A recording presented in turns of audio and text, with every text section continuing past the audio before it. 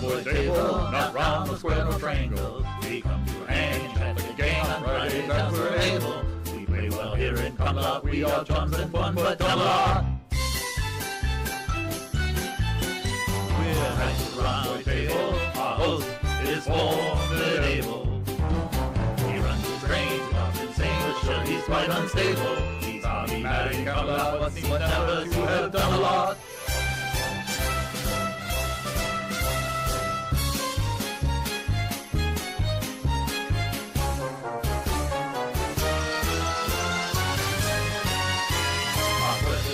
Label, quite incomprehensible. Blue wrench in hand, we have no plan but to sit and hear Dodge babble. It's a lazy time in Camelot. I have to shake my bum a lot.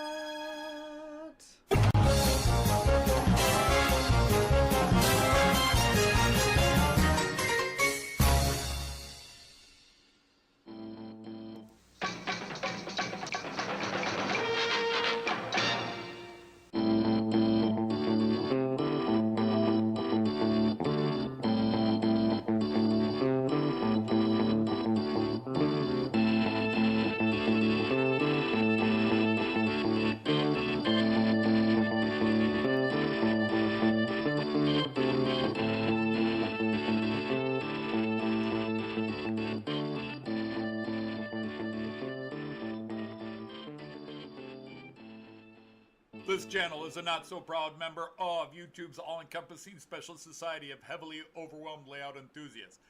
Check any railway show, check any railway club, check any layout, check your own house. You'll find one of us somewhere. Warning, the content of this stream is not suitable for children under the age of 16. The topic, language, themes, attitude, and personality of the presenter is not appropriate for anyone, much less children under the age of 16. Topics discussed will not center on trains and will focus on anything except politics. It just happens trains are running. Any similarity between characters, situations, trains, and intelligent thoughts is strictly a coincidence. Any rebroadcast or transmission of the stream without the expressed written consent of Major League Baseball is strictly prohibited. Viewer discretion is advised. Remember the 3 rules for model train layouts and pretty much anything. It's your layout, do what you want as you want. Do not tell someone else what to do unless they ask you directly what they should do. Do not call out, mock, criticize, or insult another channel on your channel or anyone else's channel. Thank you for your cooperation. And see it, you'll love it, and it falls on in the best possible way. Hey everybody, happy Friday, fellow Knights of the Rhomboid Table. Welcome into the Grand Mead Hall. Hope you're doing well. Nice to have you all here. It has been a busy week, but we'll talk more about that after we go through the greetings. And we have, is that K-Gun?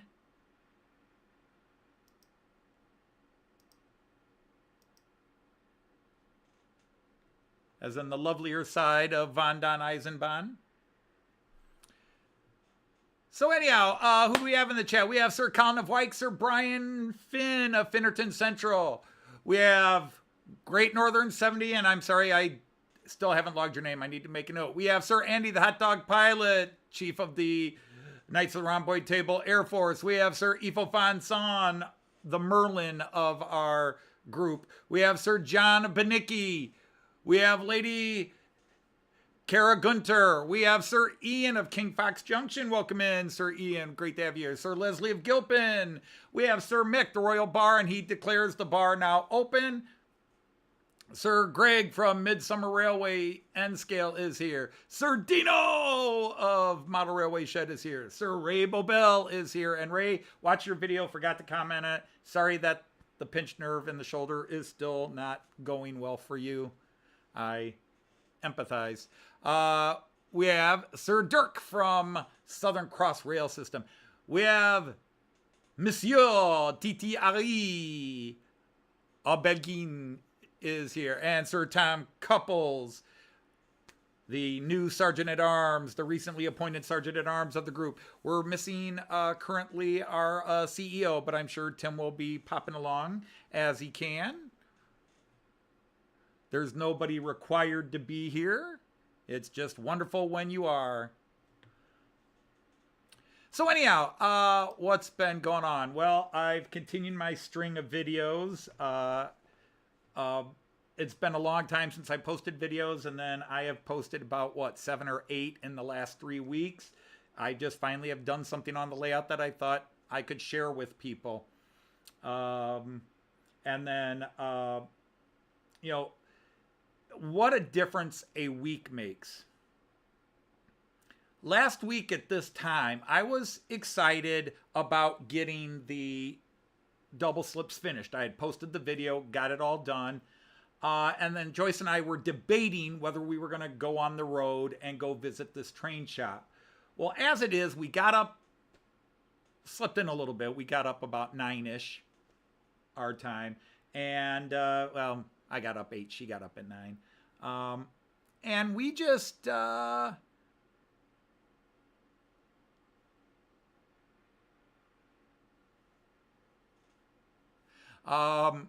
there's that. But anyhow, that trip turned into something else. Once we got there and parked, I grabbed my phone because I was charging it in the car, and I said, hey, let's see if they'll let us make a video about our trip here, just to do this, because we hadn't been there in a while. This is our first time seeing the shop, and I hadn't filmed the shop in its old location. I thought, well, let's film it. And of course, if you saw the video, you know what happened. We had a great visit, some interesting chat. If you came to the Saturday live stream where I do Artie's show, it alternates. It's on Artie's channel one Saturday and then the next Saturday. So like tomorrow, it'll be on Artie's channel, not on mine. But anyhow, I talked about that experience, and I bought a new locomotive there. And the thing is, what's funny is I didn't really buy it. Joyce bought it. And it was just it was a magical experience in a lot of ways, but Joyce and I just had a good time. And the thing is, while we were driving there, we were listening to Pink Floyd, because we always got to have good traveling music, and we were listening to Pink Floyd. And, we had listened to a couple of albums, and we were finishing up Dark Side of the Moon, and Brain Damage came on. I said, oh, my favorite song from the album's on. And she goes, oh, which one? And I'm like, come on, it's Brain Damage, or in the hobby community, we call it Train Damage. And she gave me that look in her eyes like, are you doing something? And immediately, as I was singing along, I started making up some joke lyrics. So she finally just looked at me and said, you're going to do this, aren't you? You're going to make this song, aren't you? And I'm like, yeah, I think so. And it was a mad rush. I came home and I was so busy Saturday, but in between all the stuff I was doing, I was writing lyrics in my head and then typing them in the computer. And then a mad dash early Sunday morning, I'm rewriting some of the lyrics and tidying them up. And then Joyce actually Saturday afternoon tried to give it a run through, and she was just struggling. The voice wasn't bad, but she just could not get the rhythm of the song, and she knows the song well, but she just was struggling with it. And let's see, who else just came in? I saw, I said hi. Sir Clive of Newland, Sir Simon from SJ Train World has come in. Sir Chris from the Valleys is here. Did I miss it? Oh, Sir Eric from ANC Railway just came in. There's our CEO, Sir Tim of Dowd, is here. And if I missed you, there's Sir Alan, my lord, from Dragon Junction. Welcome in. I think I've caught up with everybody that's here.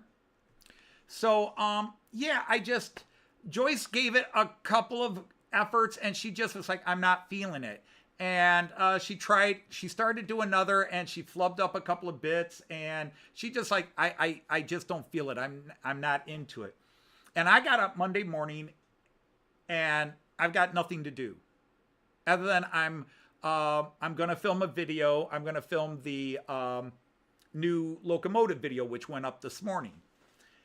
And I came downstairs, turned on the computer to get ready to film that. And my brain's I'm singing Brain Damage, but I'm singing my lyrics, Train Damage. I'm just singing those lyrics over and over. And I just said, what the hell? If it doesn't sound good, Joyce, I'll get Joyce to do it. And I even talked to my daughter about her and Joyce doing a duet singing it. But I started doing it, and I was really going through my voices, you know.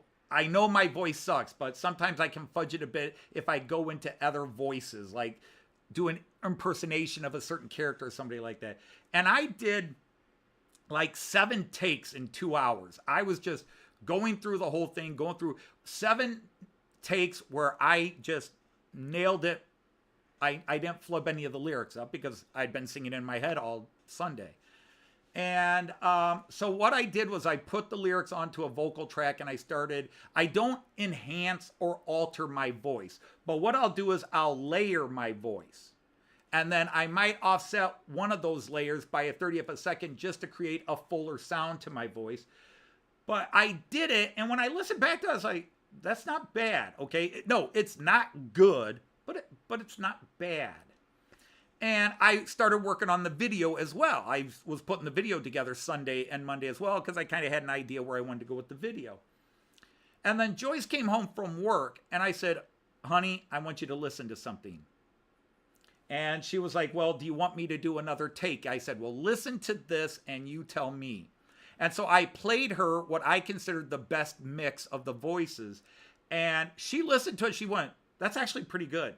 I was like, no, it's just not bad. She says, no, it's actually pretty good for you. You know, obviously we have to put that in context for you.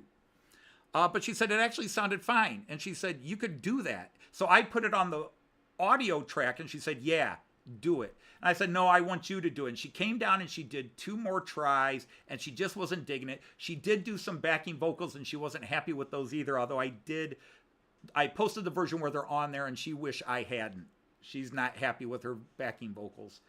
But we posted it. And I actually had a good vibe. I thought this, especially for me singing, this was a really good song. The music was actual Pink Floyd. My lyrics, I thought we had gotten back to being a little funnier instead of the context being funny, throwing in some joke lines. I'm still not sure how it got there. I just thought it was a fun video for me to make.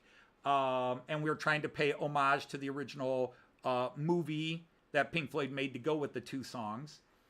But we did it, and we put it up. And of course, I have just posted like the trip to Ormondy's on Monday. So I posted this on Wednesday, and I actually had the video for the new train done. So I had a bunch of videos. So I you know, the people that watched it and commented were very positive about it, which I appreciate because I can never see people's reactions. You know, I have no idea if people are laughing or cringing, which is why the comments are so important. You know, that people leave a comment like, yeah, that was okay, or yeah, that sucked, or that was great. I really liked it. I was kind of pleased with it because it's only the second song where I've sang where I can listen to myself and where I'm not cringing as I listen to myself. Even Everard Junction, which so many people loved, I cringe to listen to myself. The lyrics are so funny, but I thought this was a good one, but it just didn't get any views. Considering all my train videos are getting 600 to 1,000 views all of a sudden, which is a huge uptick from just 3 months ago. I've been very excited that people are watching my videos, and then I post this one and it died. It just, you know, it got a lot of thumbs up, and so far it's got no negatives. But it's not getting the views I thought it might get. I thought this might get 300 to 400 views, and it died on delivery. Hey, Sir Andy from Northwest Junction. So anyhow, enough babble about that. But yeah, you saw the new video, the new train video today. Some of you did at least. So let's go and see what the trains are today. If you don't check in the comment section, because I always put what trains I'm going to run in the comment section. So up board on the Euro track, there it is, the new class 147. I toyed with running the 146.5 that looks like this, except, you know, different. So that is in lane 1. It gets the star lane today, or track 1 or line 1, whatever you prefer to hear me say. And then you guys should be happy to know I'm running a couple of container trains today. I am running the Class 218 in the Ocean Blue and Beige with the container freight. And then next to it, there is a reason I'm running this guy again. He ran 3-4 weeks ago, but I'm running this guy again because if you watch the Hornby shop video, I got new cars for him. And in fact, yesterday I got another new set of cars for him, which I'll go once I get them in motion.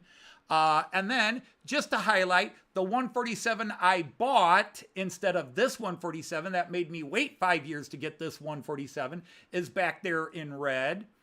So that's, I think you can see the corrugated side. That is a Class 147 in Deutsche Bahn red. That's why I didn't buy that, because I had bought a 146.5 in the ICE2, or I'm sorry, the IC2 livery, and I had bought the 147 in the Deutsche Bahn livery. So to have one that was the same livery as one and the same style as the other at the time, I just thought I couldn't justify spending it, and so I didn't buy it. And I had given up on it, and then we saw it, and Joyce said, buy it. I'm like, don't have to tell me twice. We're running the Prussian P8 with some Prussian cars from pre-World War I. And then way in the back, we're running the EMU 440 for NordWestBahn. So let me get these trains in motion, and then I will catch up with the chat. I'm sorry if you're talking to me and I'm ignoring you. But, you know, I got to do my... Whoops. I don't want you to go yet. I want you to go. Whoa, whoa, whoa, whoa, whoa. I thought I bumped you back. I had to reverse him to get him on camera. And then I thought I bumped it back to make sure he was going the right way. But, oh well. Okay, we're going to let those guys get out of the way. Now, on this Märklin train that I love so much, the first two wagons are the ones I picked up at Ormondy's, the first two flatbeds. Hey, Christopher.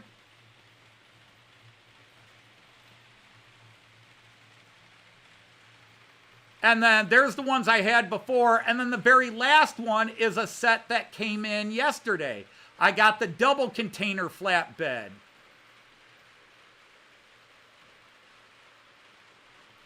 So I am running a couple of freighters. And just so you steam guys don't feel left out, I am running a steam train.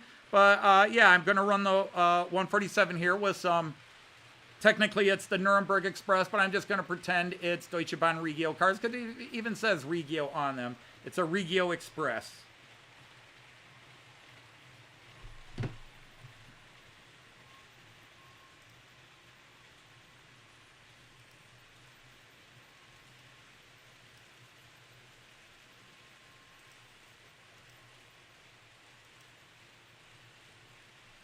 Okay, now we'll just hope everybody runs smoothly, and then I'll get the guys on the floor.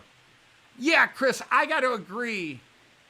I regret that I didn't get into the Märklin livery false flag train a few years ago, but in some ways I'm lucky I did, because I wound up waiting. They have a regular 193 Vectron, but I got the 249 dual mode, which is kind of cool.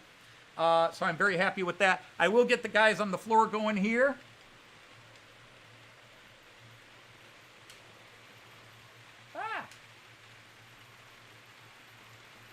And somebody uncoupled already. What the hey, dude?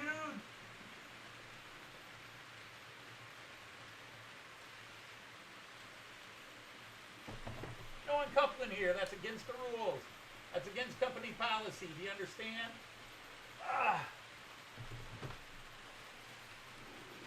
Hey, JD, and hello, Sir Hi and Sir JD. Yeah, and that's the thing. I watch channels running American trains and Canadian trains, and I don't worry whether I collect them or not.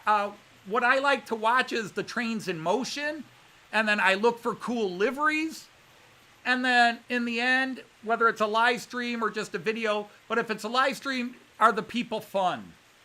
Are they you know, it's fun is a relative term, obviously, but, you know, is there a positive enthusiasm towards the hobby and towards anybody in the hobby, not just those who do trains correctly and prototypical. You know, there's nothing wrong with being prototypical, but there's nothing wrong with being totally avant-garde and off the wall with your trains either. If it's your hobby and it's your passion, you go with it. Anyway, I gotta go back and see what my friend Christopher said. I'm sure he was doing a, I have to reply to it though.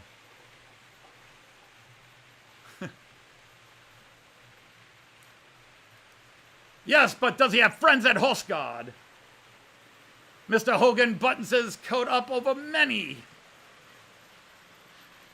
Sorry, some of you will get sick of it, but my friend Christopher and I have a lot of Sharp, the great TV show Sharp, British show Sharp. We have a lot of banter back and forth with references from Sharp.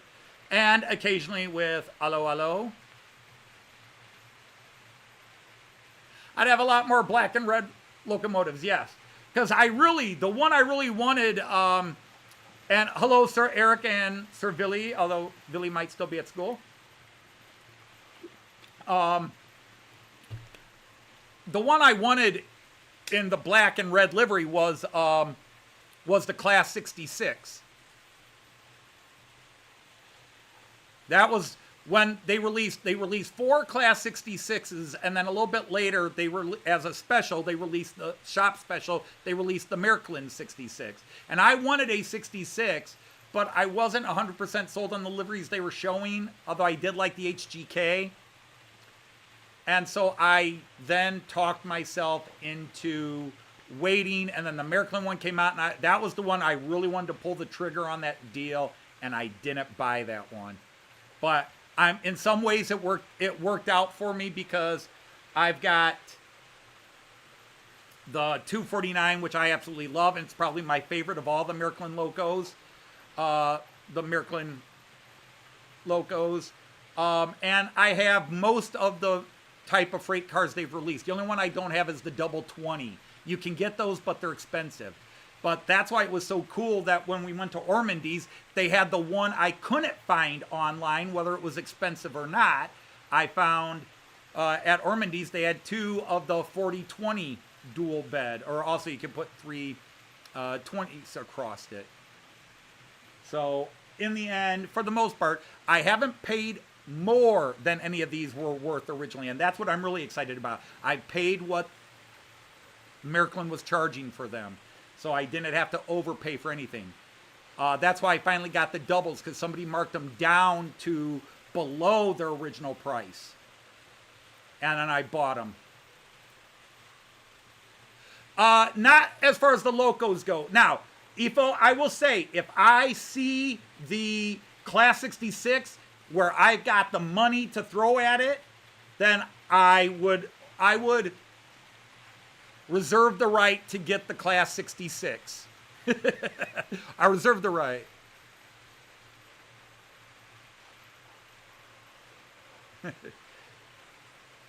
Got you for a whole month, sir. I got you. I got you there.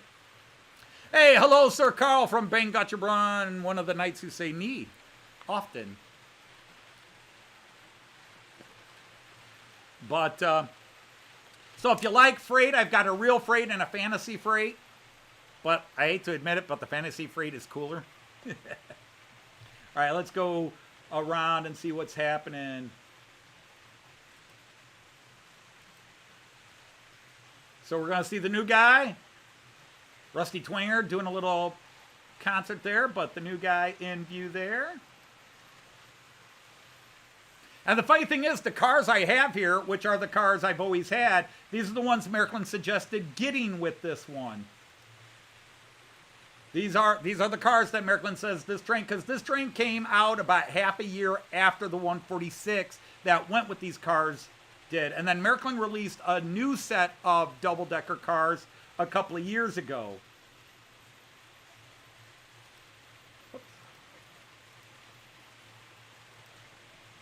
Oh, that's one camera I forgot to do. Why? Where is it? Yep, there's the camera I forgot. Make y'all dizzy there.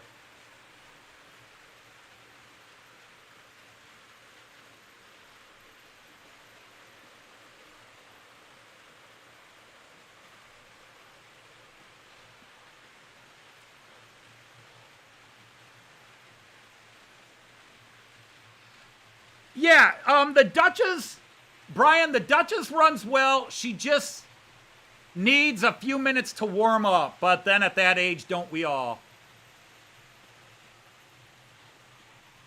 Hello, Sir Tom of Houston. Welcome in. Hello, Lady Tammy and Sir Ray.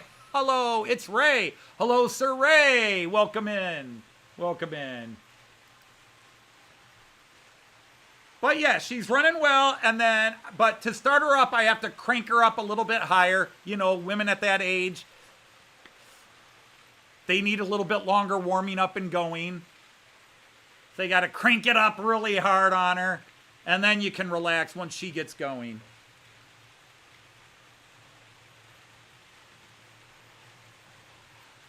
But she is a beauty.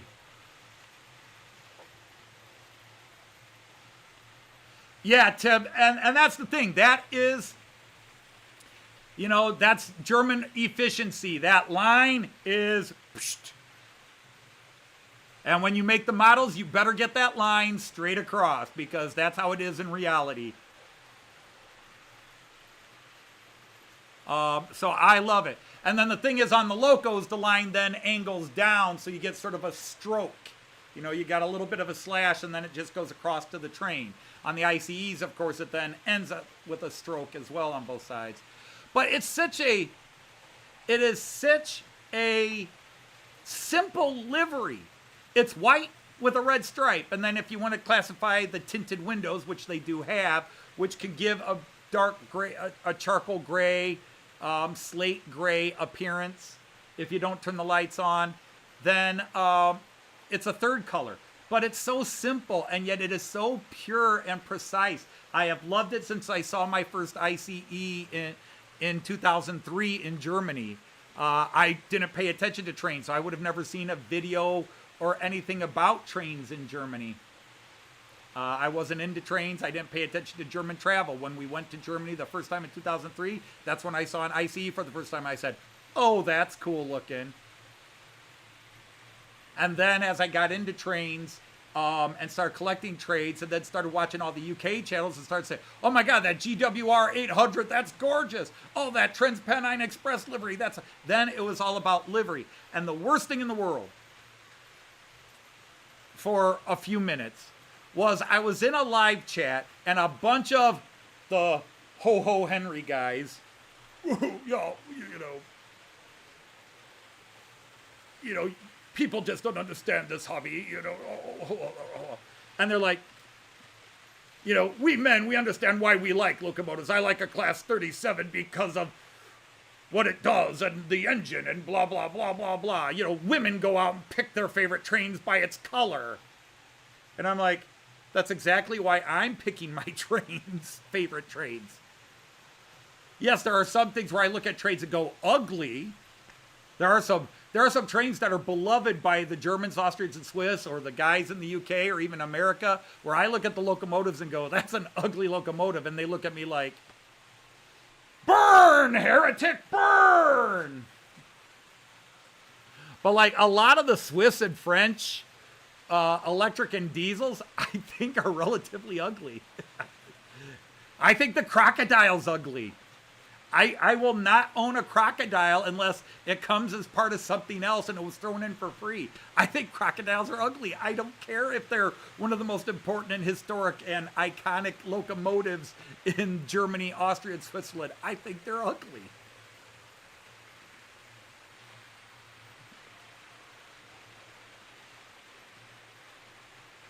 I've just admitted, apparently I'm like a woman because I judge my trains by, I look at their design and I like liveries. That's me with Class 37s, which I've said a few times in the live stream.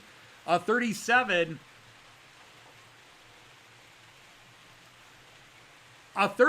can be really ugly or it can be really cool. It just depends on the livery it's in. Same thing for a Class 66. I've seen some ugly Class 66s, and then I see some like the Märklin one, where it's just great. Now, the Class 68s, I have yet to see a bad livery on those. The Class 68 just looks cool no matter what livery it's in. I just happen to really fall in love with the ScotRail one.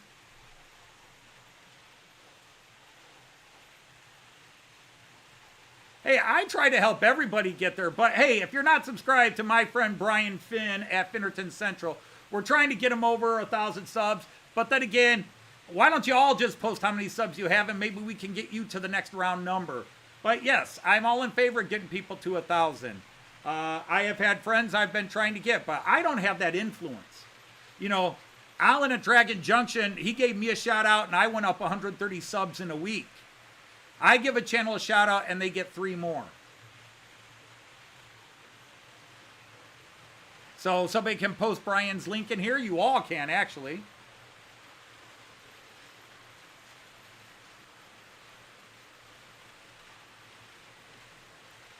But I've got friends that are at 250, and I want them at 500. I wish I had the influence that I could beg my people, would you get my friend over so many subs? I've got Monsville. I've been trying to get Monsville. I give Monsville a lot of shout outs, and I think they've gotten maybe 10 additional subs from me at most. And Monsville comes to all the live streams, posts really cool videos, does a lot of awesome repair. They don't like to put their face or voice on camera, and maybe that holds it back. Maybe people want a person. But, yeah, I'm always eager to get people going. What do you mean, don't subscribe? I'm already subscribed. Hey, Sir Randall of Ellison is here, my good friend Randall. There are no lesser sirs and ladies here, Sir Dave. We are all equals here. It's just my show.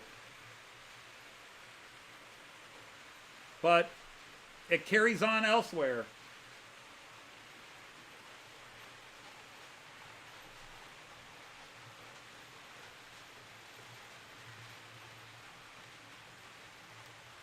No, Andy, nobody said you were a serf. It was Smurf. People have said you're a Smurf, not a serf. We don't have serfs in this world.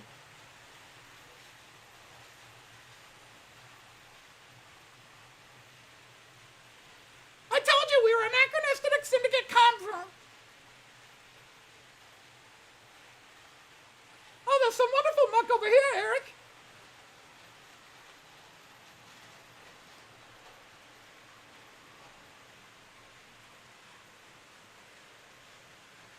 I'm a member of the Popular People's Front.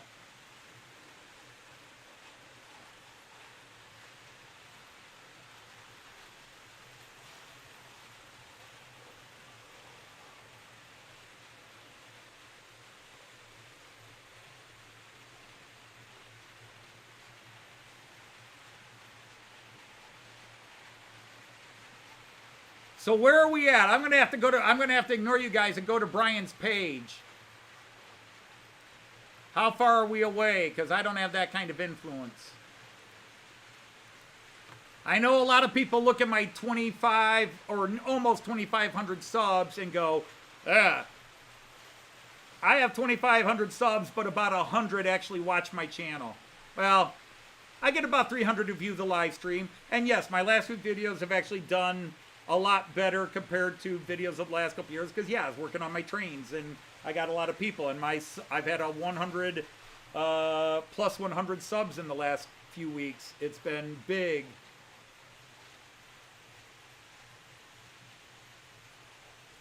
It's been a nice boom.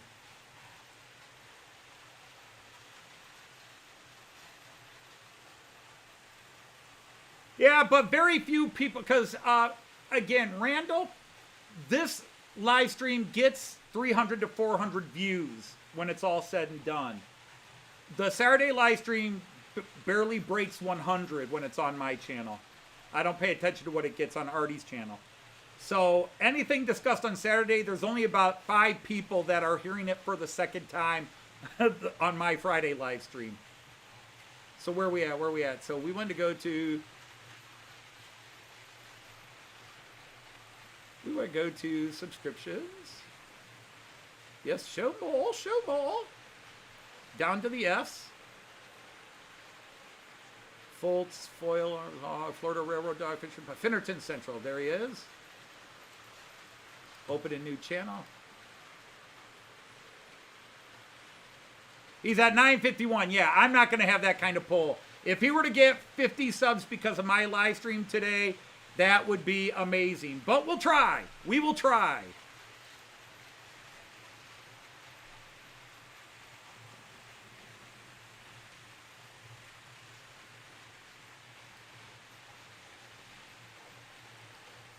I'm not an influencer. The only thing I could claim influence, the only thing I can seriously claim influence, and there are a couple of people who argue it with me, but in the model train community, at least the ones we circled in, I was the first one that everybody got a spanner. Everybody, and I created the whole Knights of the Rhomboid thing. I think that's that's my first. Is that my live stream was the first where everybody gets the spanner. And I think my only other, obviously I'm the home to the Matt Clark stuff and the parody song. I don't have the musical or vocal abilities that Weird Al has, but a few people have called me the Weird Al of the model train community, and I actually like that compliment. I take that as a badge of honor. All right, John Panicki's got to get going. All right, take care.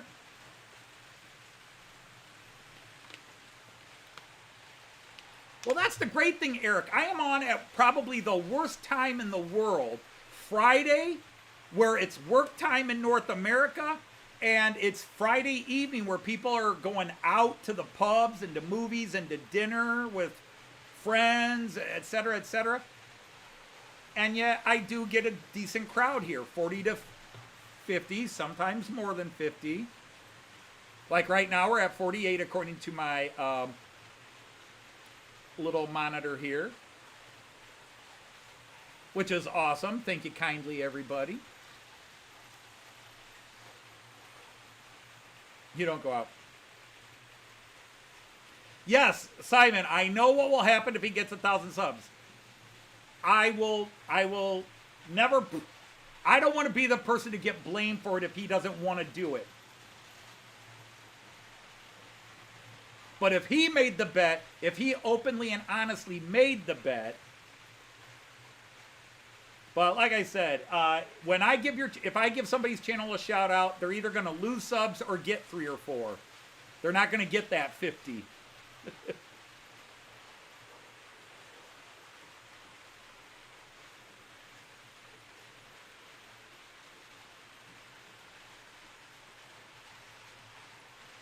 Yeah, Great Northern. And by the way, Great Northern, could I ask your name again? And I'll try to make a note of it this time.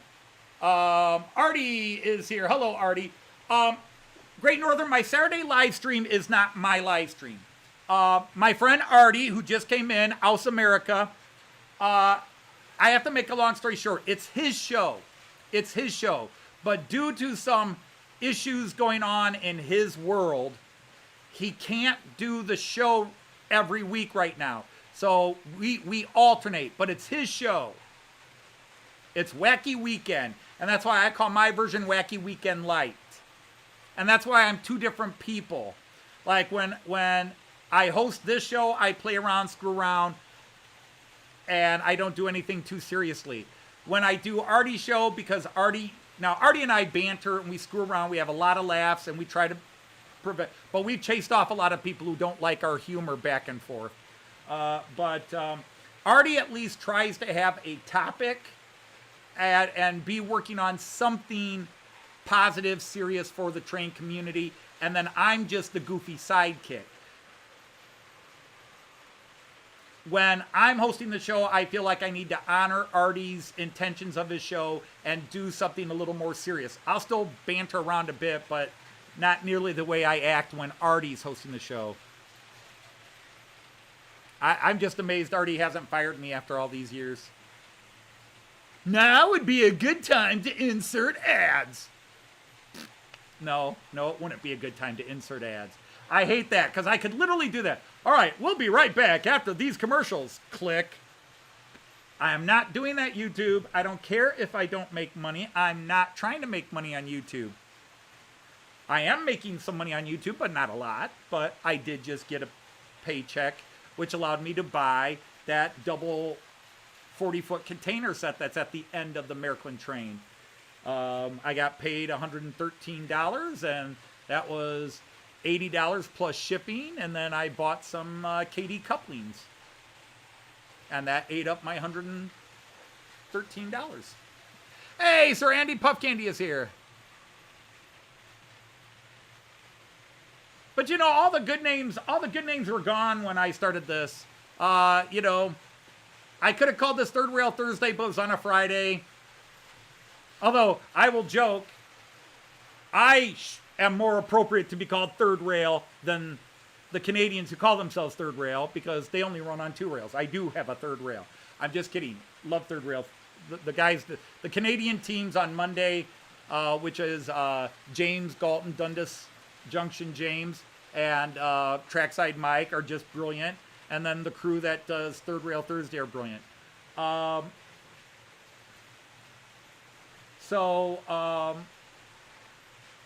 Yeah, Wacky Weekend and Silly Saturday and Sidetrack Sunday, Off the Rails, you know, blah, blah. All the names were taken, so I just made it personal. The Outsider Insider.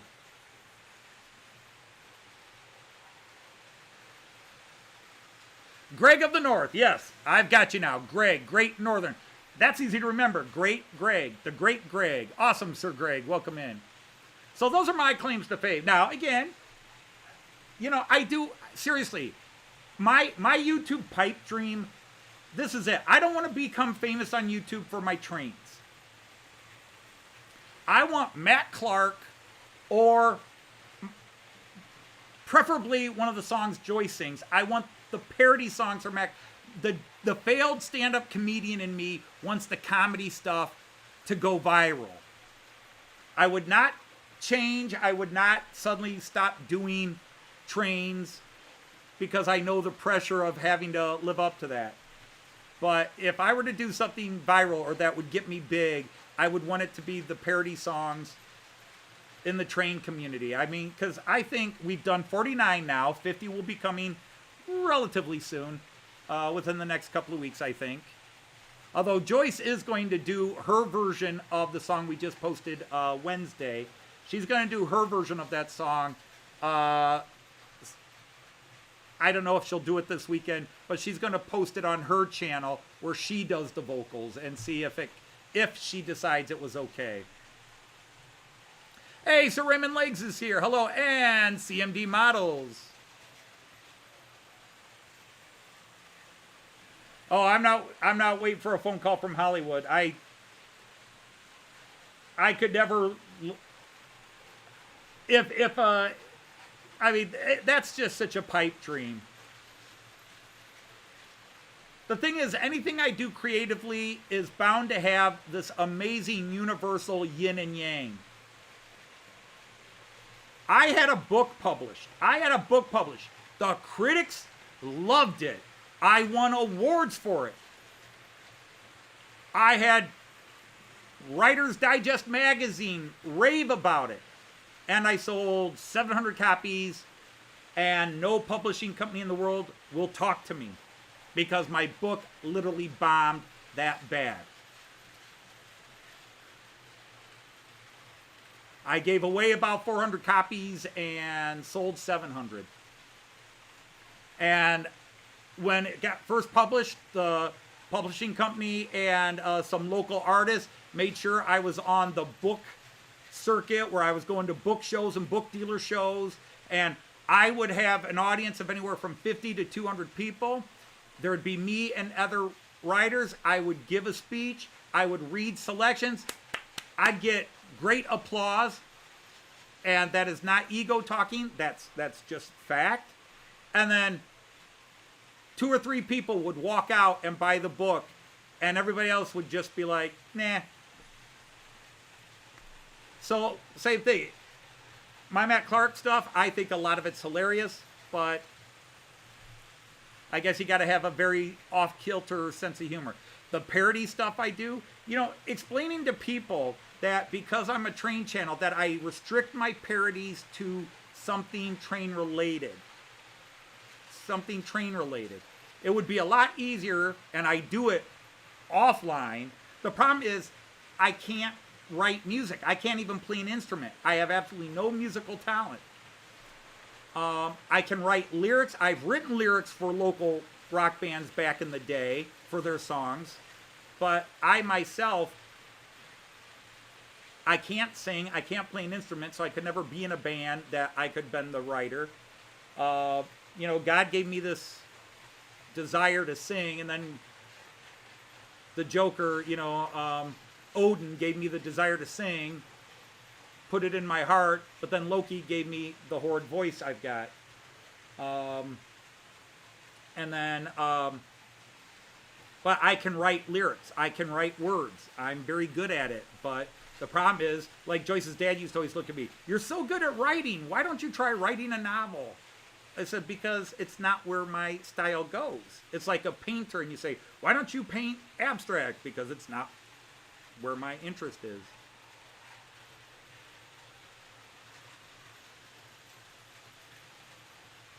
Oh, there's a lot of guys, you know, and everybody has their ability. You know, it's like Joyce. Joyce always jokes that she can't do voices, but the thing is, you just start. How do you do voices? You start. Everybody can inflect their voice and then start doing accents. You just got to have a desire. But I've been doing accents and voices since I was a little kid. I would mimic my German grandmother. I would mimic my German aunt. I would mimic the Scottish librarian we had because I loved her and I thought her accent was beautiful. That's just it. I did accents because I thought they were beautiful, not because I was laughing at the people, but I loved it. I wanted to be able to do a proper Scottish accent. And then, of course, you got to learn Glaswegian and Edinburgh, and, you know, you got to learn the various regional accents on top of that, like I do with German. They're having a board meeting? Well, I got to steal the song from Harvey Danger. I hear the voices in my head. I swear to God, it sounds like they're snoring. But if you're bored, then you're boring. The agony and the irony, they're killing me. Respect my authority. Yep.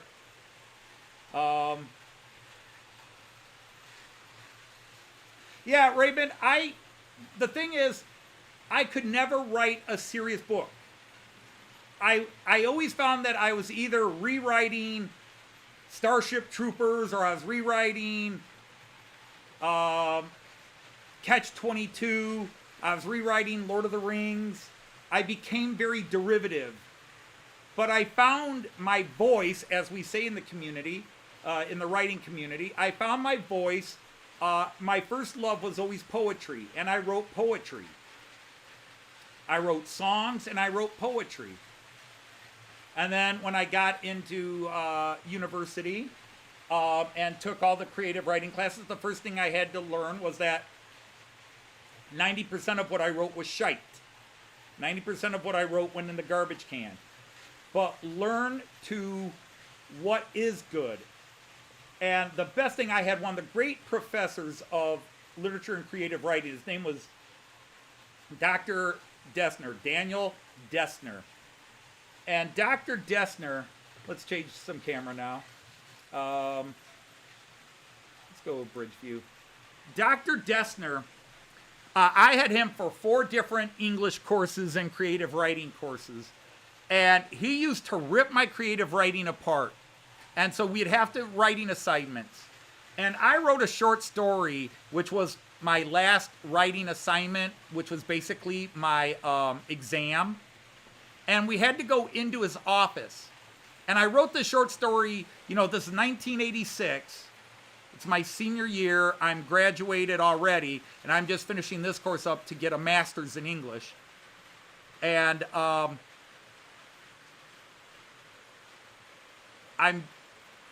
I go into his office, and he starts tearing my writing apart. My story was a short story about a guy who got out of prison. He went into prison for an armed robbery where somebody was shot and killed. He didn't do the killing, but and he spent 10 years in prison, and he went in 75 and he came out in 85.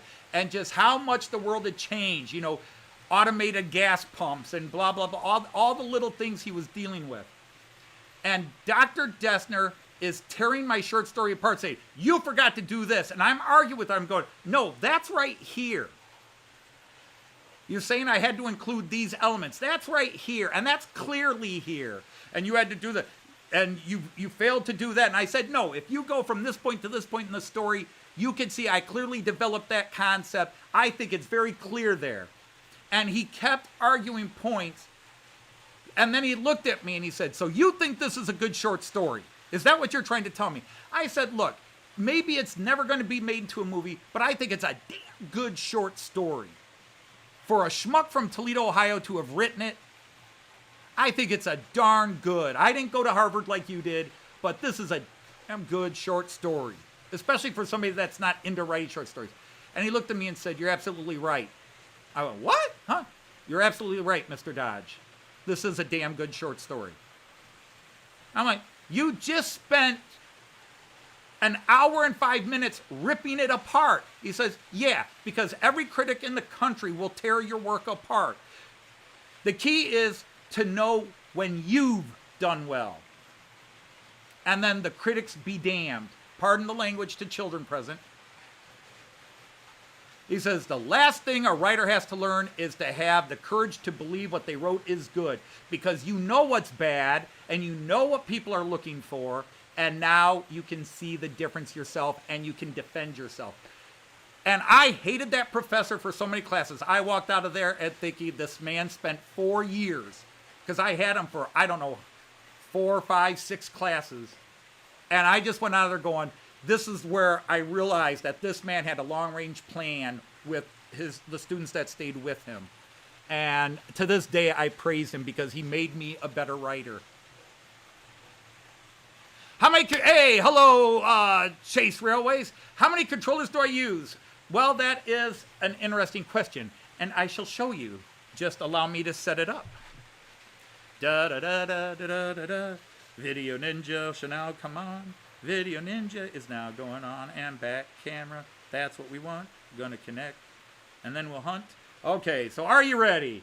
And even if you're not ready, let's go to phone cam. Here we go. Da-da-da-da, phone cam. So here's my controller. Everything is based on this. This is the Märklin Central Station 3. So that's my controller. It powers my layout, and if you look, this is the power cord, and there is one wire here that runs to my track. That's it. One wire. Okay, it's 2 wires technically. It's your hot and your negative. One wire. And then attached to it, I have these hand controllers, which are called mobile stations. And then I also have it on my computer, but it all starts with this. Everything else here is just a mirror of this. Now, I can control my system with just one of these, but once you have more than, say, 8 to 10 trains, you really should move up to this controller. But you could run any digital system with this controller. You don't have to run Märklin and C-Track. This is just like a Z21. It's just like the ECOS from ESU. You name the controller system. Now, I see a lot of you guys with your NEC power cabs and stuff, and I find this easier to work with. All your, and I know I've got a light in the way, I apologize, but all the functions are right here. They're automatically loaded in. You don't have to change CV codes or anything unless you want to. You do it all on this screen or on the computer screen. And so it's all integrated. Plus, I can also have it on my tablet, but I didn't put it on my tablets today. I've got another tablet back there, and I can have it on my phone. It's all integrated. So it's one system, but I've got it spread out through everything.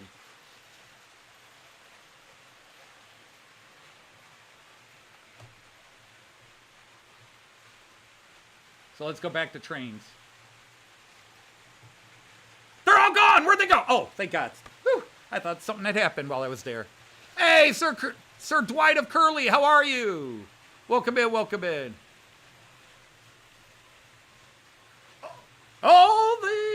Fleshy knobs.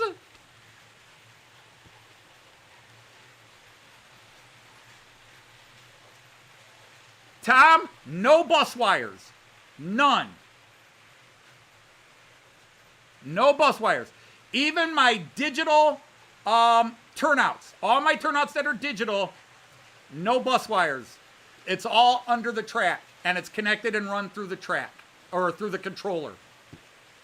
So, nope, it's 2 power wires. This is the positive, this is the pro of the 3-rail system. It's a much more efficient conductor of electrical current at this level of electrical current. That's why your house is AC. Regardless of where you live in the world, except maybe some podunk area somewhere, pretty much your entire house is wired AC.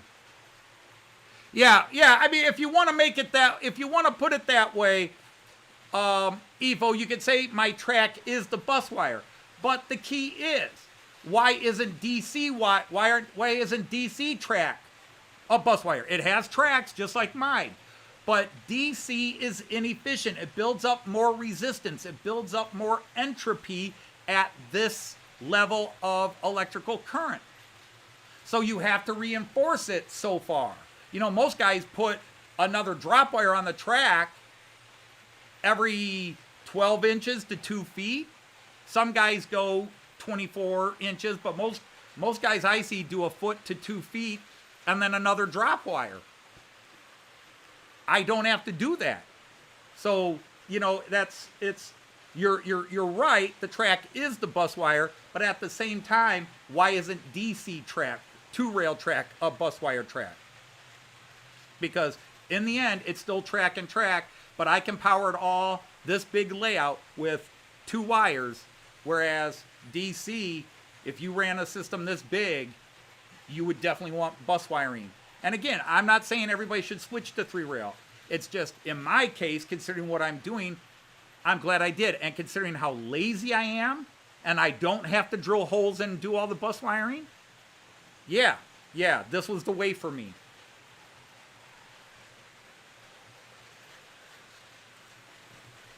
This was it's digital and model trains for dummies.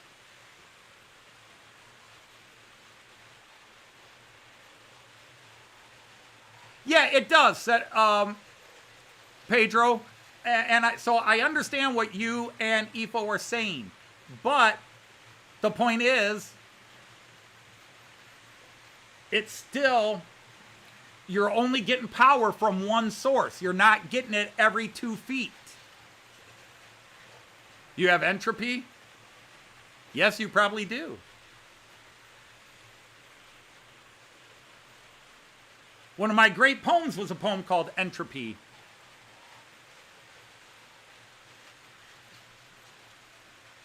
See, I learned about entropy from my father and his electrical stuff and that, and which is that the longer you make an electrical system, the more the signal decays. Entropy is the rate of decay in an electrical system. And so I came up with the theory of what I called social entropy, which is the longer society progresses, the more it eventually breaks down. Hello, Clintonville. I'm doing great. And that's true. You could do digital with M-Track. You have a collection, 2 biros and a comb. They're on a shelf.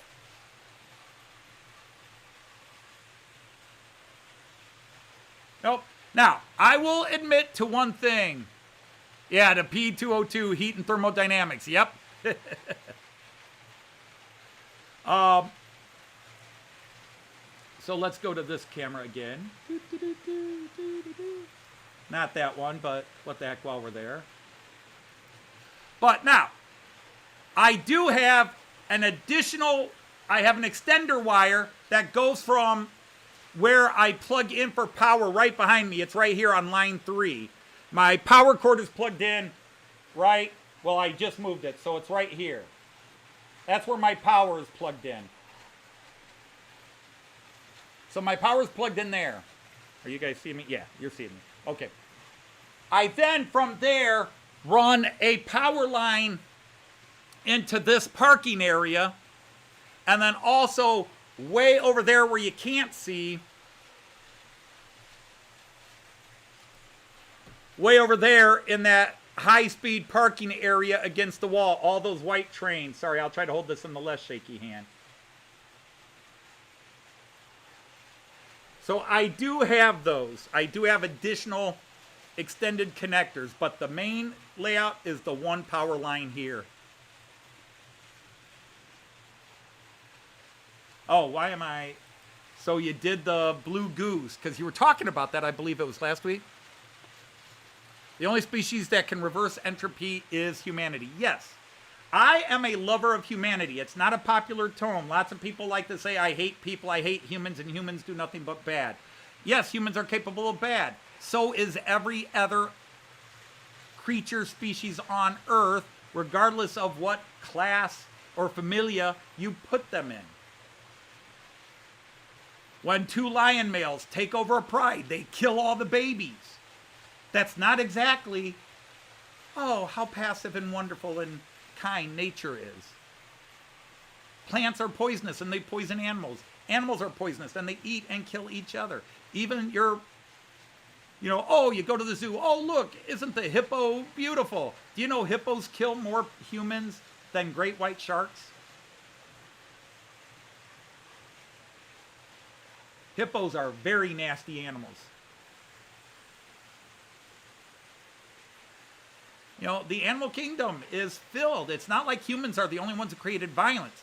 Humans are the only ones who have created moralisms about what's right and wrong. Animals just do what animals do. We humans are animals, so it's in us. But we've created the ability through the growth of our minds and this entire frontal lobe, which only primates have, or I should say, various mammals have developments of it. But primates have the most developed frontal lobe. We have that ability. We create logic, we create reason, we create fantasy. And like any species, we realize that there are certain things that if we want our species to continue, because all living things are inculcated with the need to keep the species going, there are certain things we find that are not good for our species. Killing each other, not necessarily good, but just like the animals, we do kill each other. But in general, that's why we have laws that say don't kill each other, because we want to keep ourselves going. And just like you can get a rabid animal, yeah, we get rabid humans that want to see the world burn.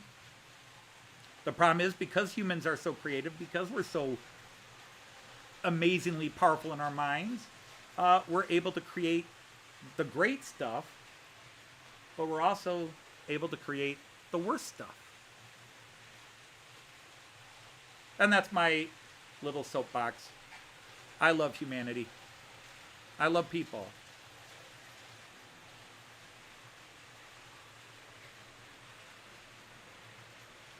Yeah, when we were in Australia, we went to a zoo. They had a freshwater croc and a saltwater croc, or freshwater gator and saltwater croc. They had one of each. And the saltwater croc was big, and he did not look happy in his little tank. And yes, his tank was little compared to how big he was.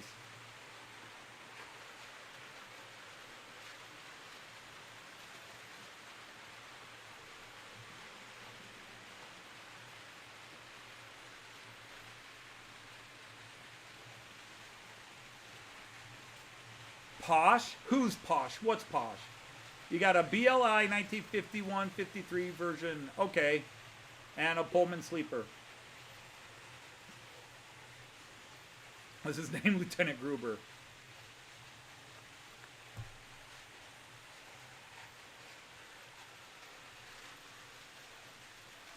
No.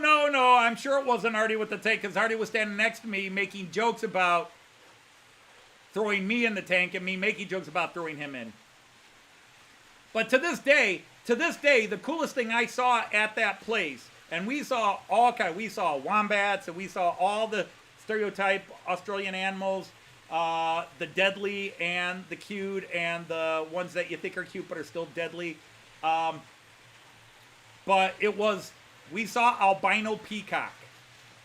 And that to me was both the coolest and the saddest thing in the world. We saw an albino peacock. Because the whole point of the peacock is to be all beautiful, multicolored, spread those amazing colors to attract the female, and he's got none of it. He's got all the feathers, and it's all white. Now, maybe he stands out in his difference. Hey, babies, you ain't seen anybody with a feather spread like this, have you? And either the women are like, he's so different, I like him, or they're like, he's got no color, he's boring. Hello, Tom Märklin Layout. How are you, Sir Tom? Great to have you here. Great to have you here.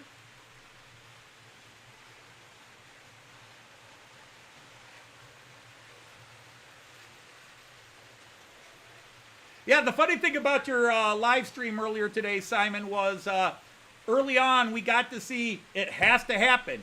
You have not worked until somebody is under the table and bumps their head. You have to have at least one, and usually more than one. You have to have at least one person under the table working on the wiring, and then they bump their head. And that one got caught live on film.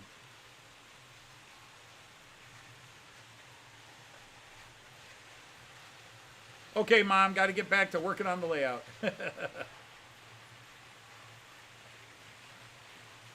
Well, I am running 2 freight trades, Tom.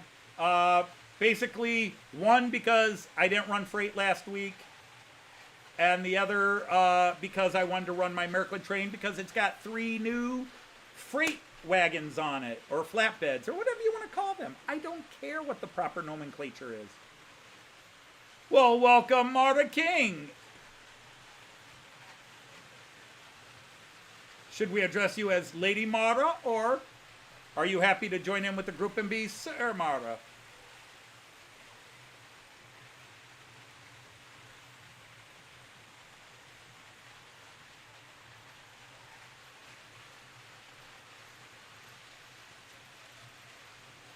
Hit your heart so head you re-railed it.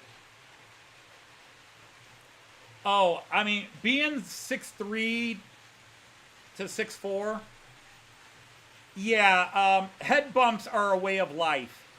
Walking downstairs,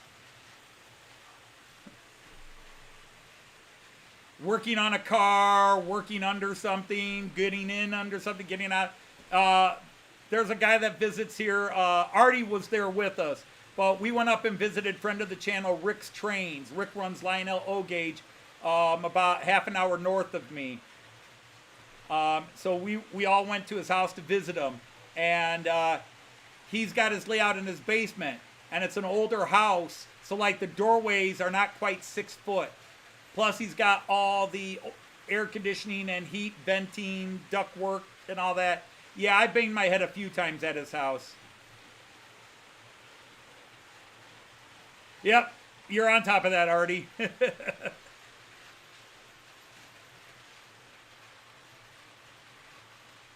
Tim says, Artie said some heat my way. I thought you guys were having a warm-up over there in the UK a bit.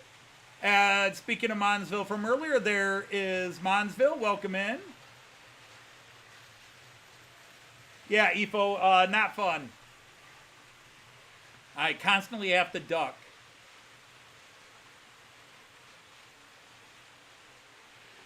Yes, I saw it. Now, I will say this. I have very limited experience, Simon. I belong to one club, and I set up 5 train shows in the year and a half I belonged to the club. And I helped set up 5 shows. My club fought like cats, dogs, and rabid raccoons every minute during the setup. There was always somebody fighting and mad at somebody else, and them squabbling and fighting like bickering old hens and just going at each other. And then guys in the club would take sides, and I just kept my mouth shut and kept out of it and just helped with the wiring and bolting things together.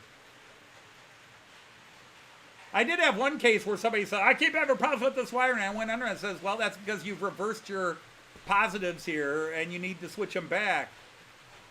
I thought you didn't know anything about wiring a layout. I don't know anything about wiring a layout, but I know what a hot is, what a neutral is, and what a negative is.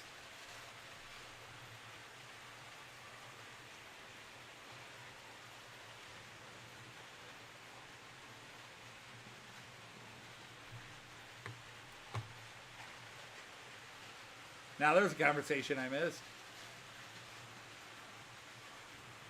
Yeah, we've already gone through that, Mara. We're all trying to get them up. But you got to remember, my channel doesn't have a lot of influence. Hey, there's Chris from Go Via and Go Home. Isn't it funny? I mentioned a channel a while ago, and they'll show up. Welcome in, Chris. Again, if you haven't watched our latest parody song video, we took on Pink Floyd again. I'm still waiting for Roger Waters to hit me with a lawsuit, but he never sued over Wish You Were Here, so maybe he'll ignore Brain Damage and Eclipse.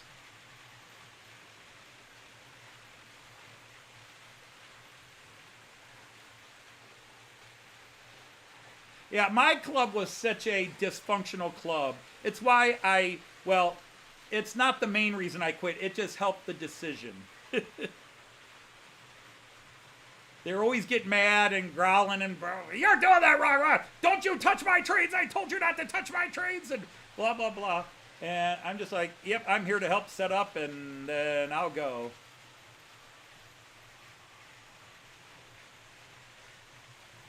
Artie, I didn't influence you. I didn't influence you. You influenced yourself.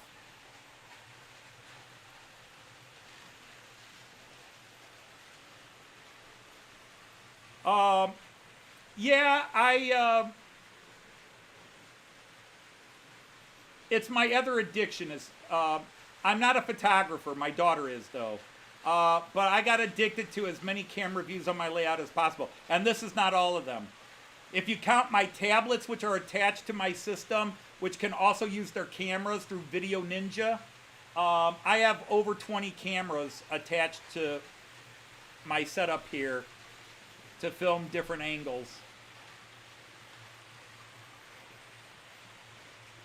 And good night, hi.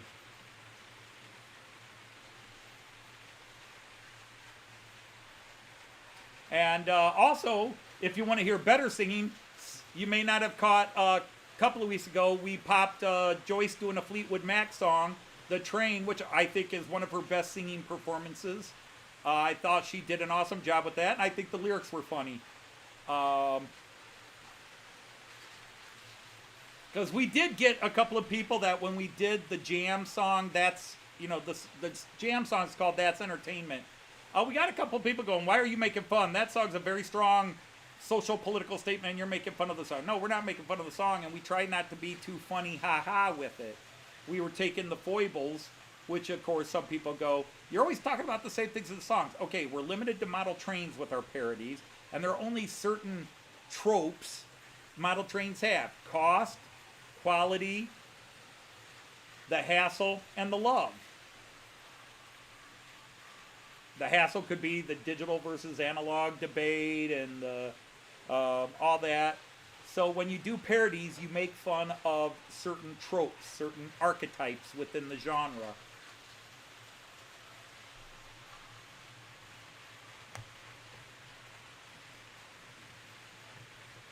But I will say this. I did not start live streaming and then keep adding cams. This is the story of a lovely lady who was busy bringing 3 girls of her own. Oh, I'm sorry, no. The story of the multicab started on Barnabas Junction's channel. He was doing live streams, which I used to attend at the time. And he had 3 cams, and I thought it was brilliant because you could see different parts of his layout that you couldn't normally see standing around watching it. You know, he would talk about how he'd put the camera there. He says, I love this view, but I can't stand over there and get that view. And so I thought that was cool. So I bought a couple of cameras, and I stuck them in places where I thought it might be cool to see my trains in a way that I can't see them from my control area.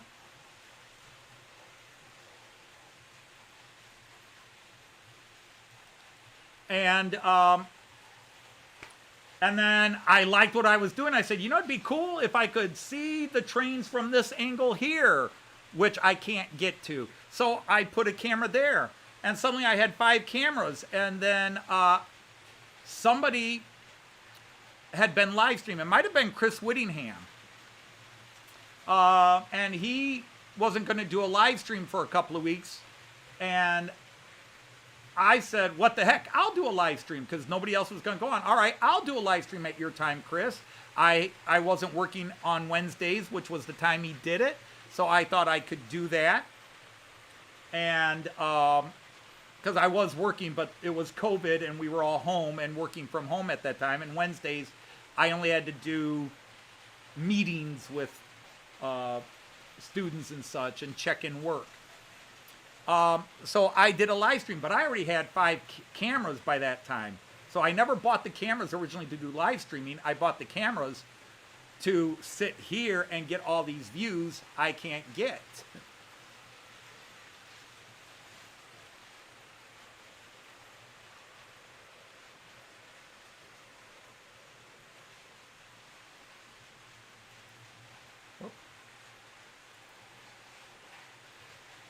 That all Märklin train. I wanted to get that in that camera and I missed it. But we'll get it in this camera. And now we'll catch it coming around here. Oh, it's going to be on the other side of that train, darn it.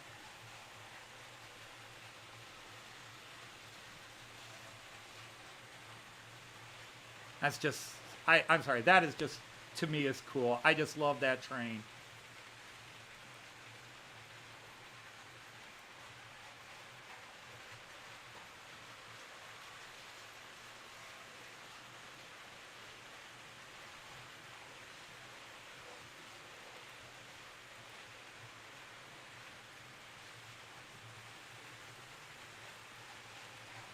But now I've got it set up. I can follow a train all the way around my layout.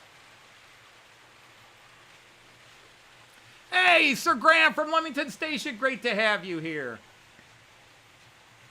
So technically there's this little corner here, right there, that isn't on camera, but technically you can get it from the up the ramp camera. You just see it from far away. So every square inch of my layout is on camera.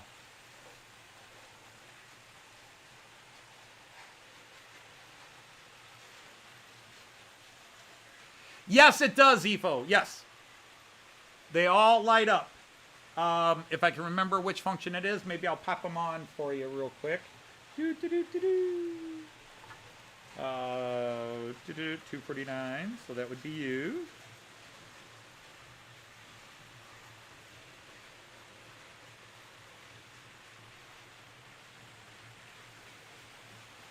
I think it's that one.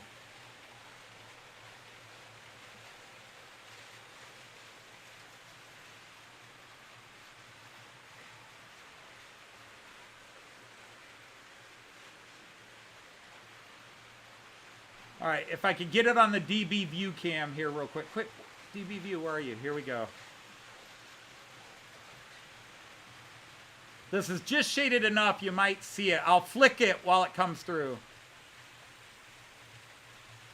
I don't know if you got to see that.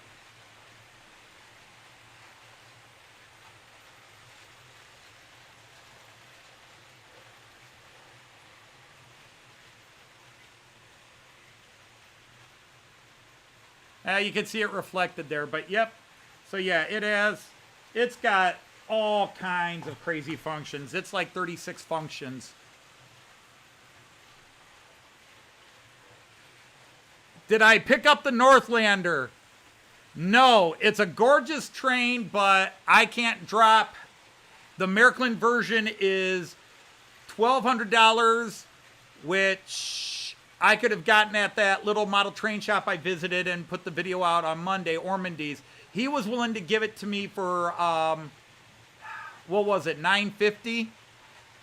Which is a great deal on it. marked down from $1,250 to $950. That's a heck of a, that's, there's a lot of people I know who would buy it for that price, but I can't drop $900 on a train. Especially right now when I'm trying to save up to have train money in Germany.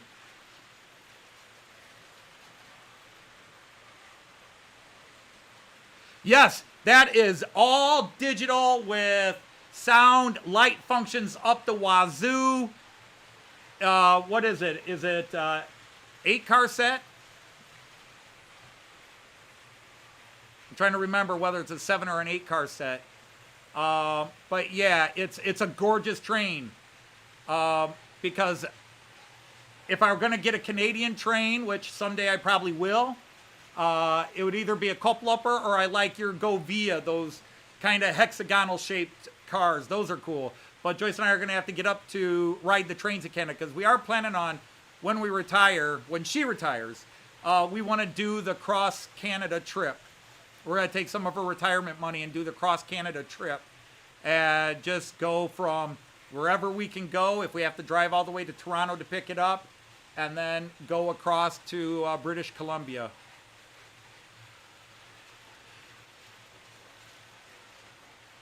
Wait, Ifo, the one that I'm talking about was the full set.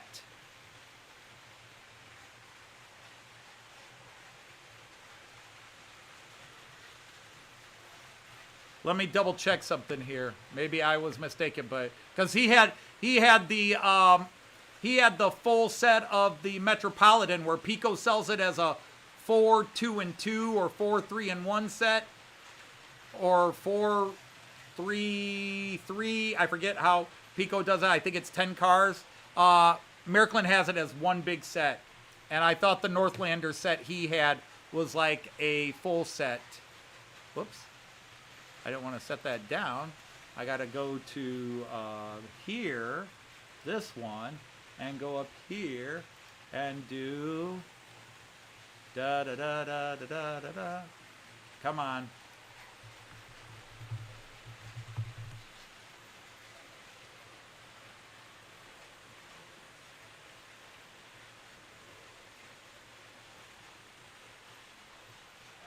Come on, Lippa.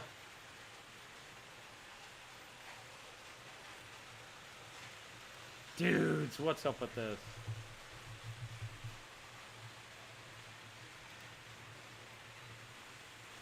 Am I going to have to look it up a different way?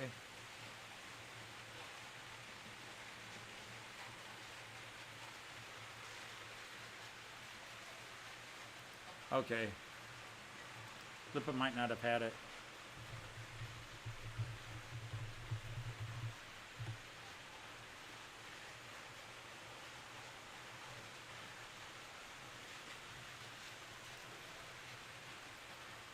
All right, was it? Sorry, guys, I'm looking things up. So he's got it for, this guy's got it marked down to $1,000. Yep, I apologize. It is a 4-car set. Yep, 4-car set, my bad. So $250 per car. But then the box they're showing is not the box I was seeing it in.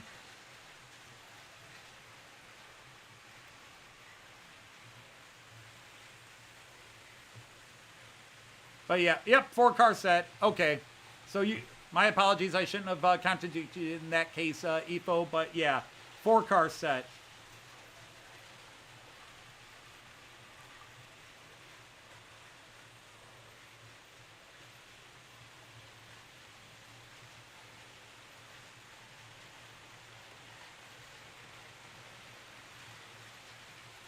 Didn't do well in the cold. That's interesting. That's interesting that the Roco didn't do well. Because that is one I still want to get. I want to get a VT, what is it, a VT60 TEE Trans-Europe Express. That's the one. Ifo, they had what is known as the Blue Star TEE. Now, the Blue Star exists, except it never ran. It is now a TEE that is a restaurant. It was an old regular TEE, and this top chef that actually owns a corporation, Jürgen Dettler or whatever, he worked out a deal because it had been sitting in a Swiss scrapyard for a while. And he bought it. He made a deal. His corporation bought it, and he's turned it into a restaurant. So it's 10 cars, and the one end, the end car is still painted in the original red and beige TEE livery, but halfway through the one end control car to the other end, it's in a blue and white livery, and it is, so it's never run in the color shape. And it is a very special model, and they had it at this Ormandy shop I went to. I had no idea. I was thinking, okay, so it's probably going to be $600 to $1,000. Nope, I can't. I have found it online in 2 places, and the cheapest they want is $1,800 American dollars for it. $1,800 for an HO 10-car train. Actually, I think that, and that's just the initial set. I don't think it's the 6-car set and doesn't include the, or 7-car set and doesn't include the 3-car expansion set. The 3-car expansion set is like $250.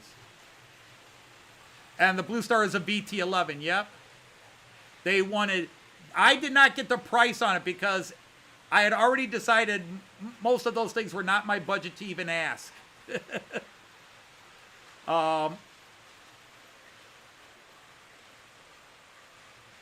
And I was thinking it was only going to be $700 to $800. They want, so I don't know what he's asking, but it is 30% off. I can tell you that it is 30% off. So if they're asking the same $1,800 everybody else is, you're going to get $540 off of it. I would love it, but no. After I pretty much erased my train budget when I bought Herb's collection. That was my train budget for the next couple of years. That's not entirely true. But I emptied the reserves and then some to buy Herb's collection, which is awesome, worth every penny. But let me say this to sidetrack myself, which I do anyhow. Buying Herb's collection, not only do I think it was a great move for a lot of holistic reasons, but something that I didn't factor into the cost that is paying off now is just in the 5 months. Well, 5 months, let's see, October, November, December, January, February. Yeah, 5 months. 5 months since I bought it. How much I've learned about the old Märklin locomotives, converting them to digital, repairing things on them I didn't know how to repair, the ones that needed it, because most things were fine.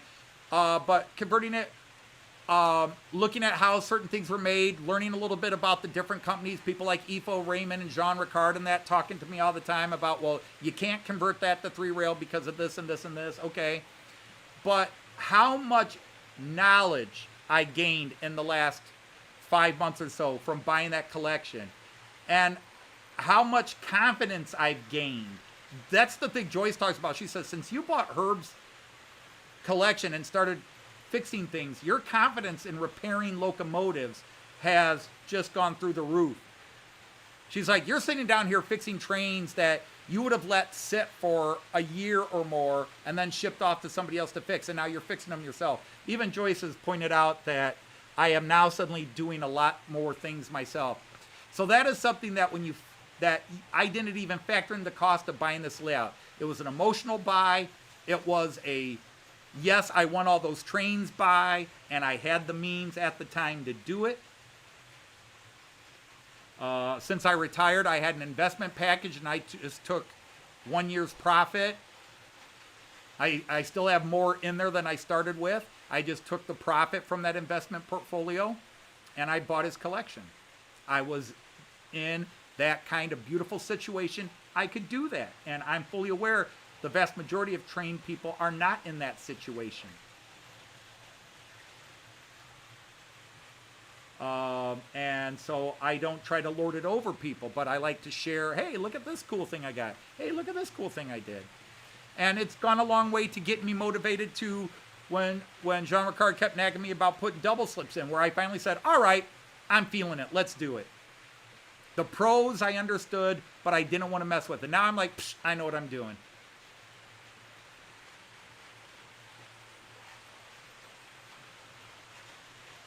Okay, you got to make it public yet. I was going to say, I didn't see you got a video.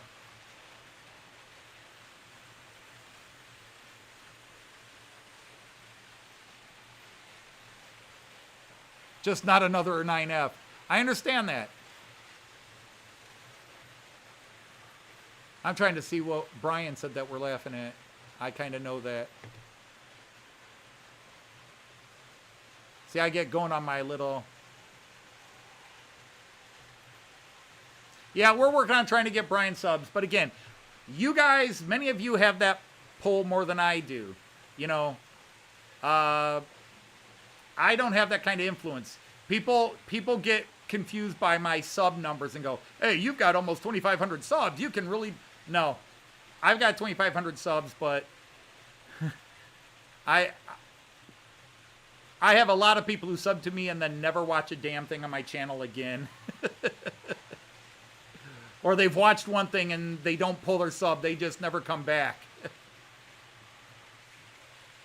You're going to blame me when you update your 2 hidden yards? I'm fine. I will happily take blame or credit. If it goes well and you say you got the idea from me, great. Because I actually do throw some ideas out there. I won't tell people how to do it. But like I did a video 5 years ago where I scientifically and demonstrably showed, for those of you that, you know, lay your ballast and say you have to let it set for 24 hours, I showed in a video that you can get your ballast to dry in 8 hours if you do a little trick, and it will dry solid and you can start working on it again. You don't have to wait a full day to move on. 8 to 12 hours depending on climatic conditions. Because I'm in a climate controlled basement, it's 6 hours for me, but I did some videos where I was putting in my ballast, that the only ballast I have, which is around this side here, but I'm going to go back to it. Now that I've solved all the little issues that were nagging me on the Bremen side, it's time to go back to it. And that's the big exciting thing, is for the first time in 4 years, all those little nagging things that prevented me from doing something are kind of gone. And it's like, yeah, now it's time to get going.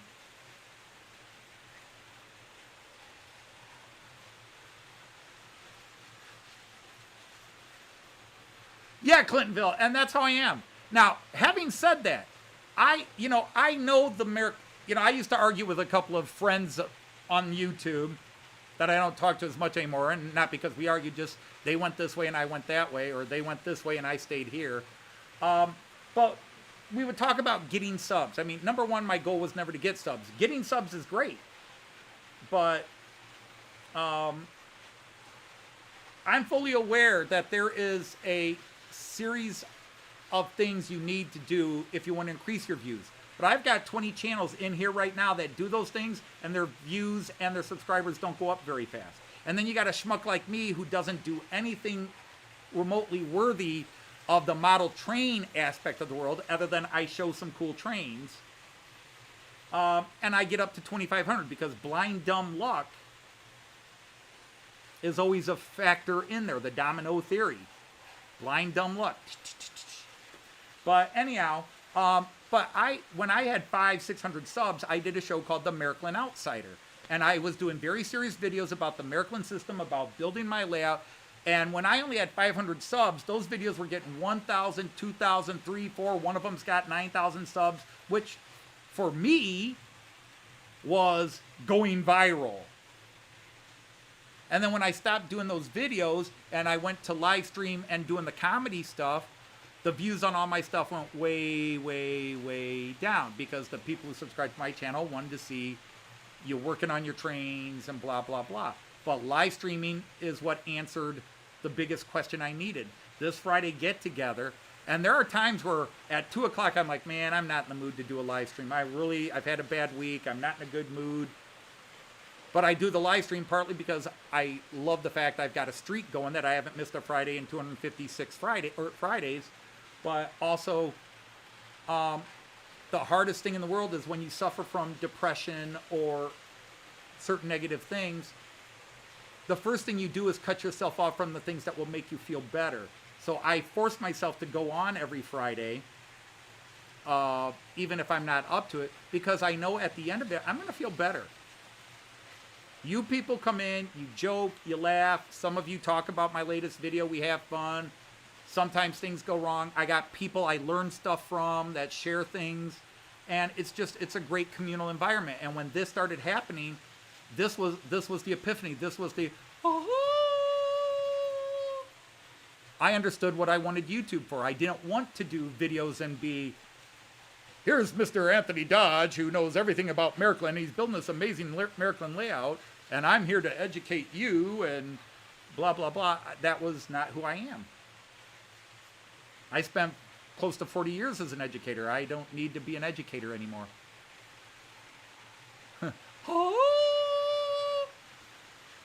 You know, you get that angelic choir with the enlightenment, the epiphany comes on. You know, you need the dramatic music. Bum, bum, bum. Hallelujah. Hallelujah. The epiphany came and I was like, this is what I want YouTube for. My live streams. It's like sitting in a bar and hanging out with your best friends and just letting it go. Some people come, hang around for a couple of weeks and leave and never come back. Some people come once every 4 or 5 months. Some people come once a year. Other people have been here every single day. There's a couple of people in here right now, like Randall Ellison was here earlier. Now, he may have missed one live stream, but he's been here since live stream number 1. Tom Couples and others that have just been here. Tim J.D. Dowd that I've known since before live streaming, and then had the wonderful pleasure to meet him in the UK. And all these, and then all the new people, and I call them new. Evo has been around for a while, but Hot Dog Pilot Andy has been with us now for a couple of years at least, and he's just as gung-ho as anybody. It's great to see him. And then I had the pleasure of meeting him and Dino, who's, you know, sort of this second generation of people that I've worked up the courage to call friends, because I'm scared to call people friends, because basically every time I call somebody a friend, they drop dead. Or at least I call them a good friend.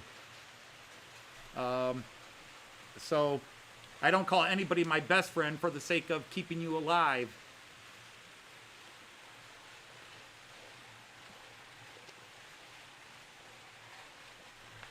I suppose I don't know what doing well is.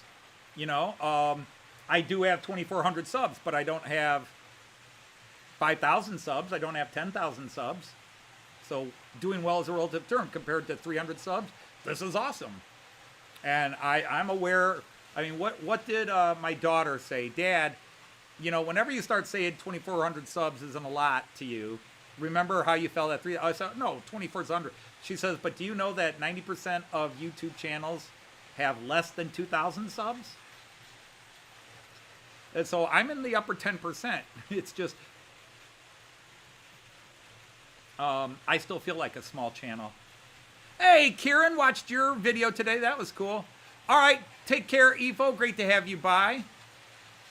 You dropped dead a few months ago, but you got better.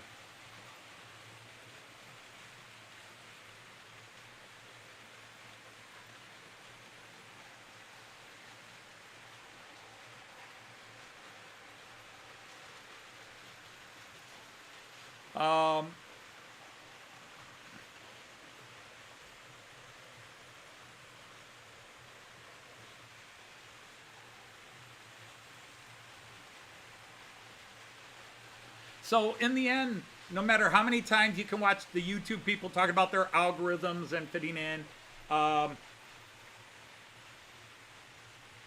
there's just blind, stupid luck. I mean, again, some of you have posted how many subs you have. And it's not a competition. I'm not trying to beat anybody. And you shouldn't be trying to beat anybody. But I know there are guys out there. There are channels that are like, I've got to get more than Everard Junction had. I've got to get more than Charlie at Chadwick has. I got to break X number 1,000. Even Chadwick talks about he wants to break 100,000. Good on him. That's great. That's his motivation. That's his drive. I don't dream that big. Maybe that's my problem. I don't dream that big. But, I mean, I could fantasize. But to be honest, I wouldn't want my train channel to get to 100,000 subs. I'd want my comedy stuff to get to 100,000. Because, or I should open a second channel and go to my serious writing and political commentary. But then I would have to be fighting with people all the time. And I don't want to fight with people, at least when I'm online. That's why I keep that stuff off. But the thing is, if I were to ever split my channel and just put all my comedy on one channel and trains on this channel, as much as I love my trains, I'd probably be spending as much time on my comedy channel. So I keep it in-house, and then I just make sure all the comedy has something to do with trains. Now, granted, in Matt Clark's case, we keep blowing up trains. So maybe if you're a train lover, you don't like my Matt Clark series because we blow up trains. Sometimes we blow up many trains. We did a Christmas special where we blew up 3 trains in one. Everybody remembers their first 100. My first 100 was friends, family, and students, Chris. I didn't take my channel even remotely seriously until I noticed I was being joined by other train channels. And I did a 1-year anniversary where I broke 200 subs. On my 1 year from the time I posted my first train video and declared the name of this channel as the Model Train Outsider. I declared this channel the Model Train Outsider, and but I'd been on YouTube for 10 years before that. I just never posted any content. I just commented on stuff and argued with people, and but I didn't have any content on my channel. I was just one of those nameless, faceless people. But in November of 2017 or 2018, I officially gave this channel a name. Or was it November of 2017? I forget when. I officially gave this channel. It was November of one of those years. And I posted my first couple of videos. And then I gave this channel a name.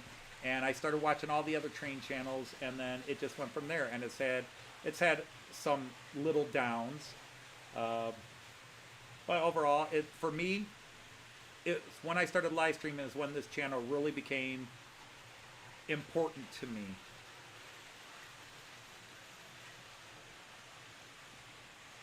Hello, CLL, how are you?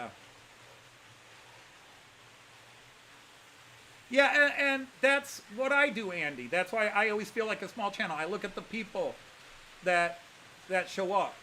I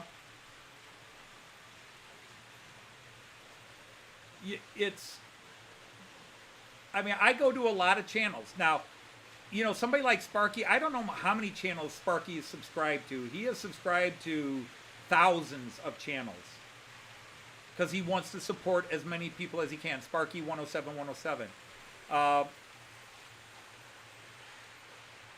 He subscribed to a lot of channels, and he supports, and he tries to watch a little bit from as many channels as he can. I would be overwhelmed subscribed to that many channels. I'm subscribed to 400 channels, but every one of those channels, I watch every single video. I don't catch the shorts or the community post. I don't get notifications on those, but I watch every single video, and I comment on every single video. If I'm subscribed to you and you post a video, with a few exceptions, like I've got a couple of friends that post 7-8 videos a day, and I'll usually just wait till the last one and just say, hey, that was a great series of videos today.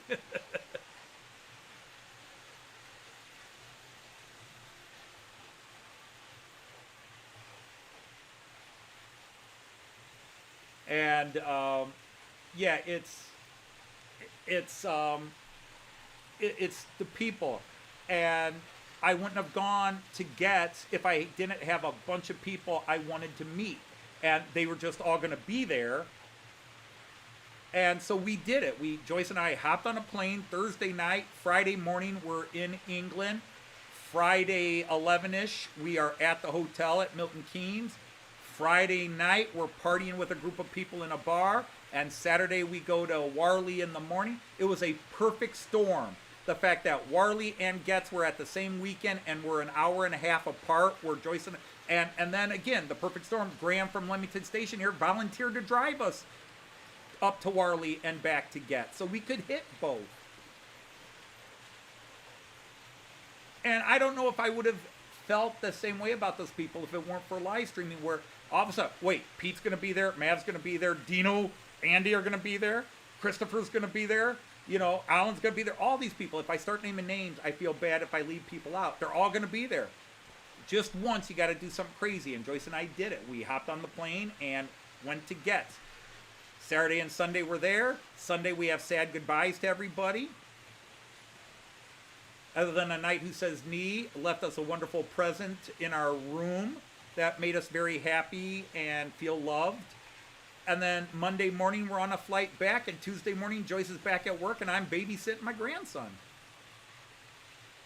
It was a whirlwind, but it was the greatest thing in the world. And then I got sick as soon as I got back. Joyce never got sick. I got sick.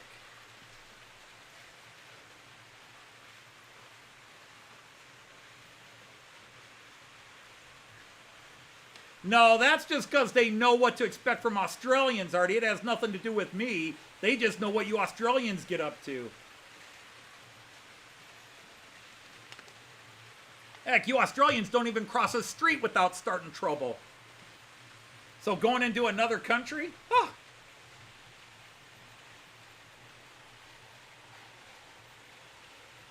In England, the top two banned groups, English football fans, Australians.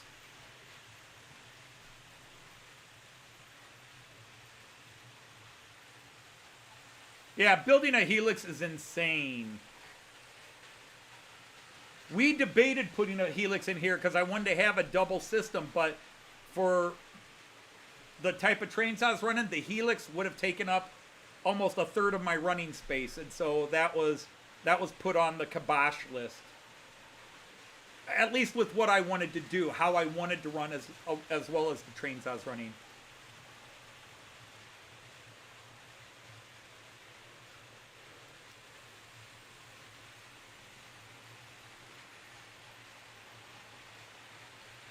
And Mick, yeah, see, I didn't mention Mick, and now I feel bad. Or Alan Reynolds from Buckland Junction, or Stephen from Route 7, and dozens of other people. It was just, I'm like that. People will have to understand. If I name one person, I feel the need to name them all, because I don't want the one person going, they didn't name me.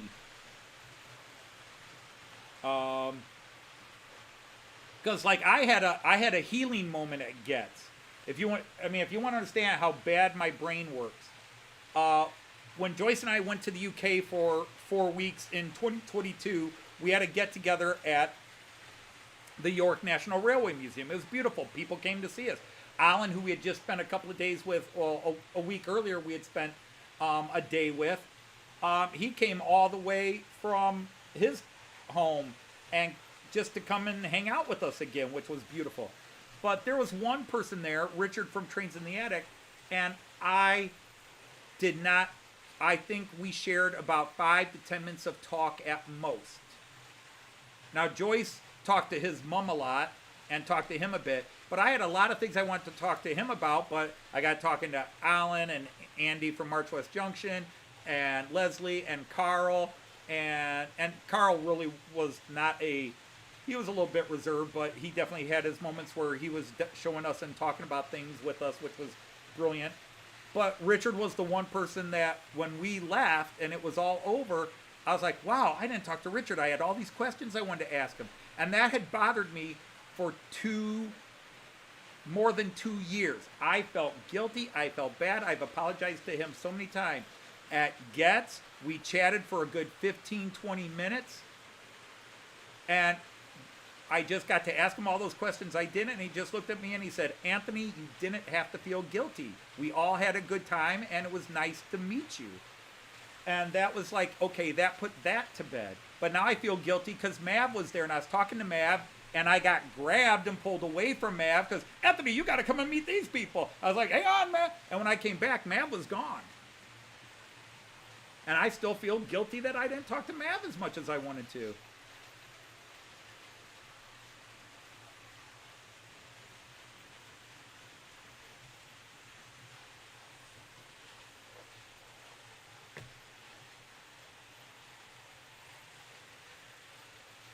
You're going to Stafford and not Getz.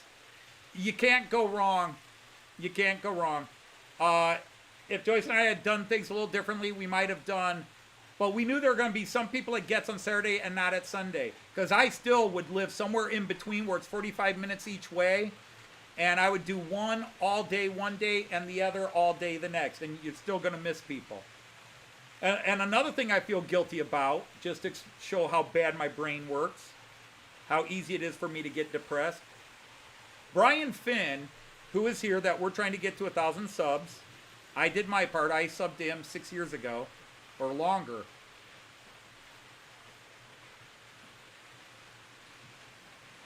Brian Finn was the first person from YouTube that I talked to off of YouTube. We started chatting a bit on Facebook. Not consistently, because I'm very bad about reaching out to people.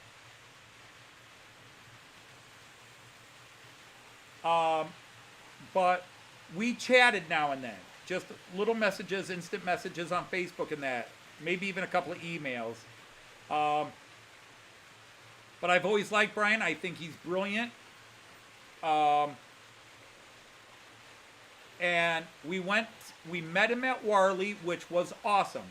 Now, I'm excited because I've just met Mark at Uncle Dad as well, my good friend Christopher from Christopher's Hobby Blog. And we're seeing Andy McDonald from March West Junction again. So I'm already beaming. But there's Brian, the first guy from YouTube that I actually talked to off of YouTube and became friendly with. And we did chat for a bit. We did do a little bit, but he had things he was doing, and Mr. X was there. And then he had to run off and do something real quick. And we said, okay, we'll try to catch up later. And I've been taking pictures with everybody. Everybody I meet, picture. But we said, okay, we'll catch each other before we leave. And then he had to go somewhere, and Joyce and I were going somewhere. We stopped and talked and said goodbye, and we got to meet Mr. X. And not once did it occur to me to take a picture. So of all the people I met at Getz and got a picture with, one of the people I most definitely needed to get a picture with, I didn't. So in 2026, Brian, I'm going to find you, and we're going to get a picture. You can wear the dress or you can wear normal clothes. It's up to you. Unsubscribe. He's begging that. Hey, Sir Todd Armstrong, welcome in.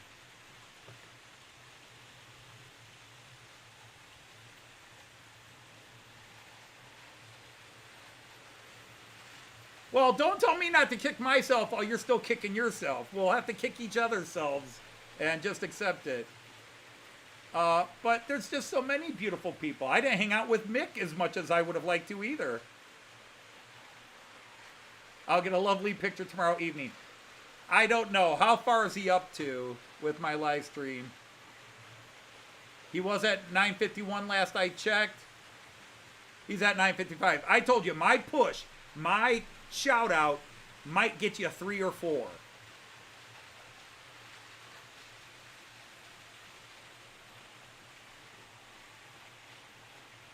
As I said, Alan from Dragon Junction, he does one video where he was talking about one of our parody song videos. Love this. I want to get Anthony up to 1,000 subs. He's been languishing around 950, so if all of you could go over and subscribe to his channel, this is going to be my Christmas gift to him. And man, I got up one day and looked at, I have 970 or 950 some subs. And the next day I got up, I have 1,100 subs. What the hell's going on? And it was all, he gave me a shout out. If I give people shout out in a video, they might get 3 subs, maybe 4. I've been trying to promote, Monsville I mentioned, Von Don Eisenbahn. put out posts about them and mention them in videos. People got to check them out, especially the Märklin World people. They're great. They're everything that's right about model trains. They're having fun. They've got young Willie involved as well. Because Cayenne has kind of dropped off my train radar. He hasn't been down here to run trains in at least a month now. Over a month. And he hasn't asked me to play with the My World trains upstairs in probably 3 months. He's just, everything is Paw Patrol. So maybe if I got a Paw Patrol train. Anybody make a 3-rail Paw Patrol train? Can we talk the Germans into that?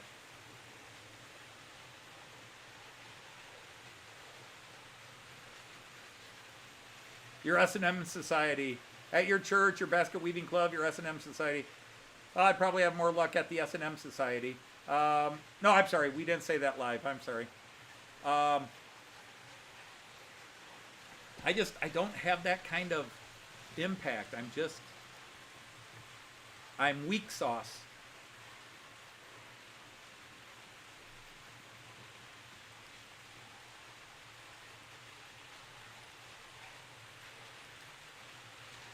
Trust me, my ego would love it if I said, and I want everybody viewing this video to go over and subscribe to Brian Finnerton and get him to 1,000 and see that he got 20, 30, 40 subs. I would be like, ooh, I do have some influence. But no, it'll be 4.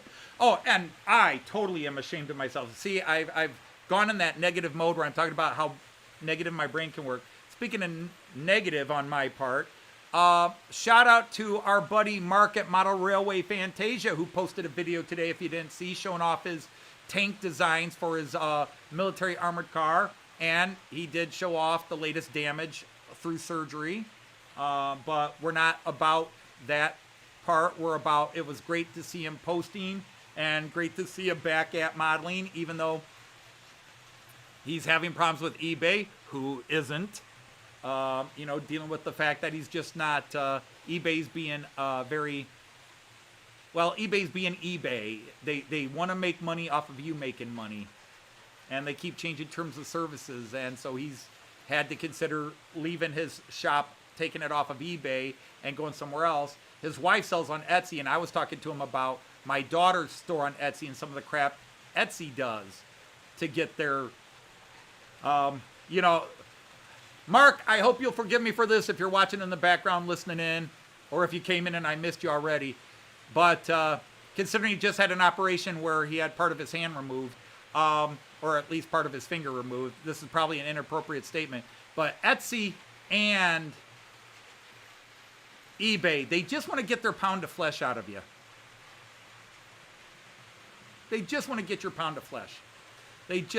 No matter what you try to do, they find ways to nickel and dime you. So that no matter what you sell, they get a huge chunk of it. And it really doesn't cost them that much. Yes, they have to have all that server space, but really for the most part, it's so they can, all their executives can buy islands and jet planes and such. And so they can afford all the lawyers they feel they might need in case they get sued.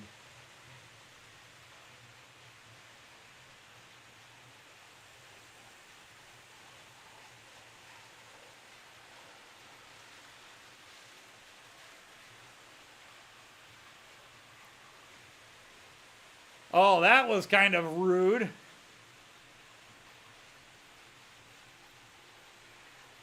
No, they get it by inheriting it from their parents or by being ruthless bastards. But that's a different story. Or both. Leaving on a jet plane, don't know when I'll be back again.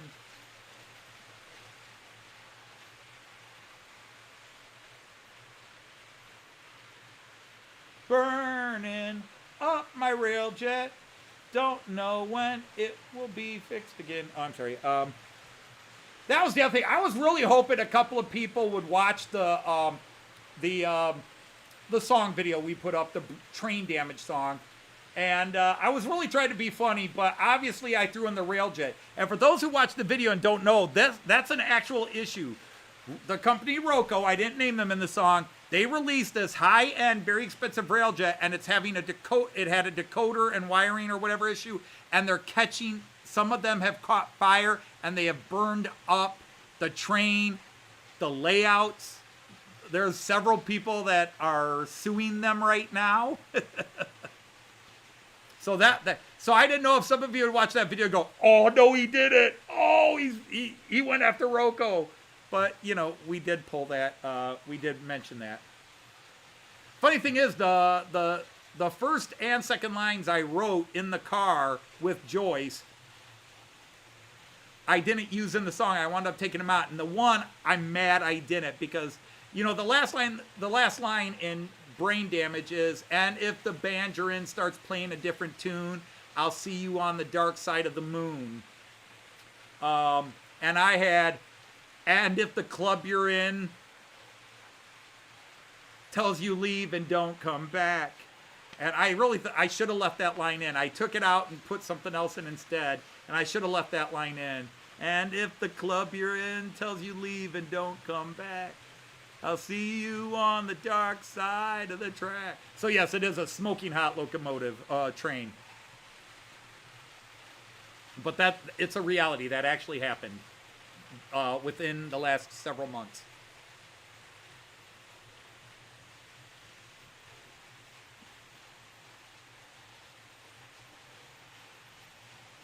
Uh-oh. I see a brief spinning ball of death there. But everything else is saying it's good. Most subs are overseas. Yeah, and Monsville, we've talked privately about some of that. And yeah, there's a dickery-do to some people.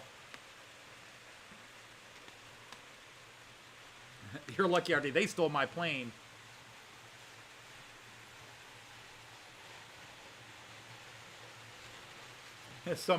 Somebody stole it before you could afford to buy it.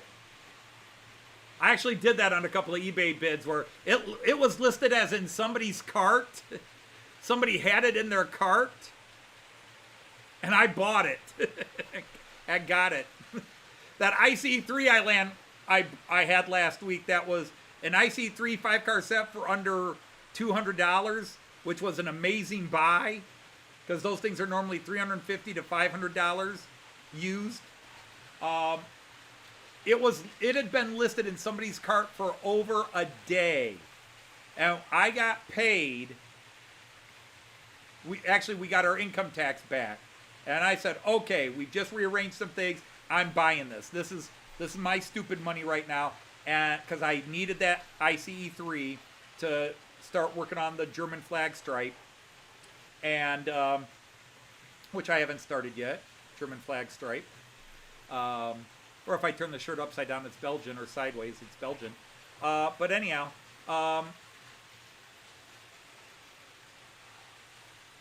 they had listed it, so they must have thrown it in their cart, hoping people would be turned away. But I went up that morning. Oh, look, got our income tax back. Cool. Bye. So I literally took it out of somebody's cart and bought it. Was that dirty? In eBay bidding, there are no rules. The only rule is the buyer's got to buy. There's only one rule in the jungle, and that's when the lion's got to eat, he eats. God, I love that movie. How many of you have seen the movie The Gentleman with Matthew McConaughey and the whole slew of guys? I love that movie. The Gentleman. Your neighborhood, your airport is in a rough neighborhood. Ah. That's right. That's why I'm saying there are no rules. The only rule is he who hits buy now wins. Oh, I love that movie. It's one of those movies that's violent, and yet there's so many well-written scenes, too.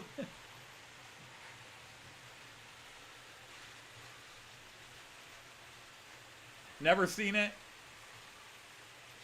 And another rule, there's no crying in baseball. Oh, there's plenty of crying in baseball. Don't let that movie kid you.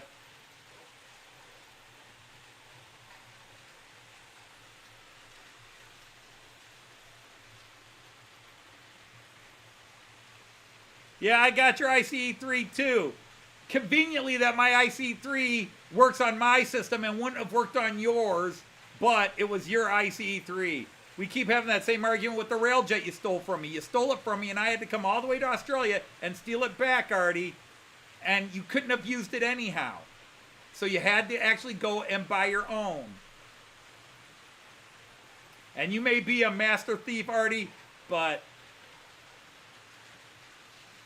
I'm better.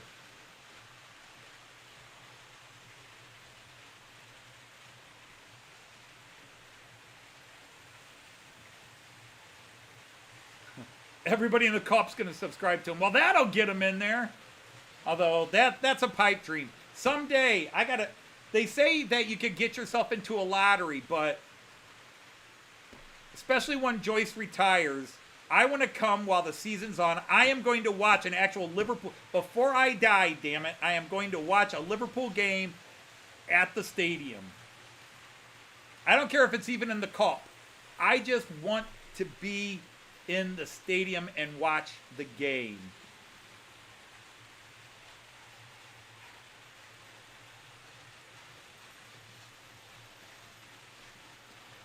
Hello, Ewan.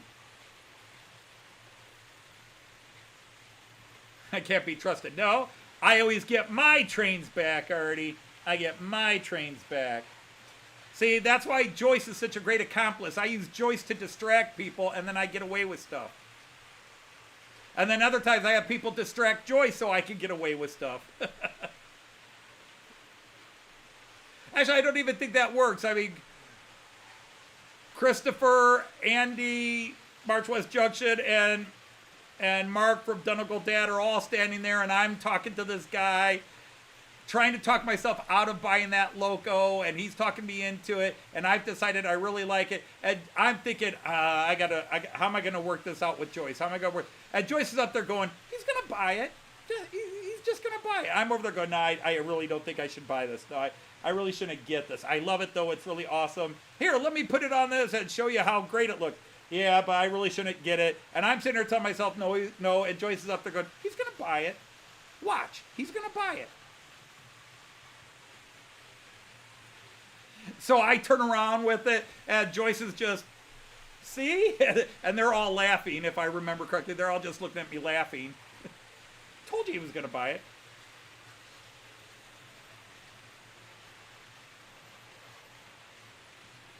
Yes, Joyce does make a lovely distraction in the right way. Joyce, go over there and do your Daisy voice so I can steal this. Speaking of Joyce, where is that woman? I knew she'd be late again today. Man, she just, I tell you.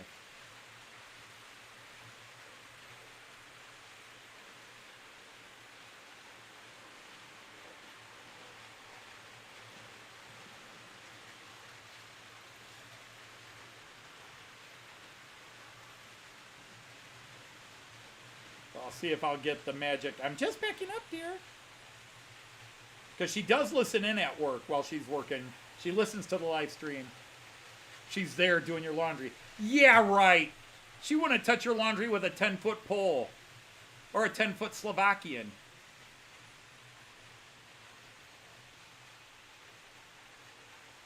Double-deckers, I do like.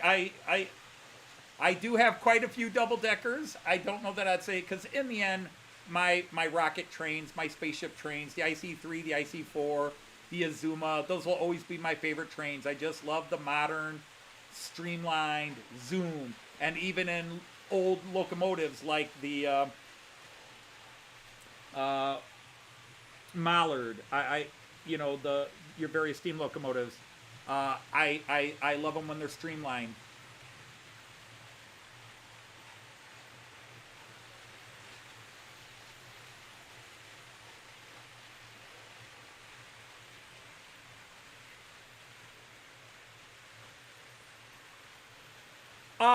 No, I don't have a TGV. There's a couple of reasons for it.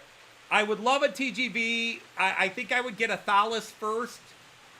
The rule has kind of been thrown out the window, but originally the rule was I had to have ridden on the train to buy it. That was the rule when I first got into trades and we were on a very tight budget. It had to be a train I've ridden on and buy it when we can afford it. But that's long been gone. And the person who made that rule is the one who first broke it, because she bought me a freight train for Christmas one year. And I was like, honey, I don't ride freight trains. What are you trying to tell me? Oh, watching all the live streams and everybody loving their freight. I thought you needed a freight train for your layout. Okay, well, it was a surprise. She got me a freight locomotive and some freight cars. She got a couple of freight car sets. So I had a freight train. And then I got guilted into buying steamers. and then, and now it's the insanity you see before me. You have a chocolate drawer in the fridge. All right, you're inviting me to your house when I come over. Yeah, that's what I wondered, Tom. Would she call me a hobo? What do you say? Put me on a freight train.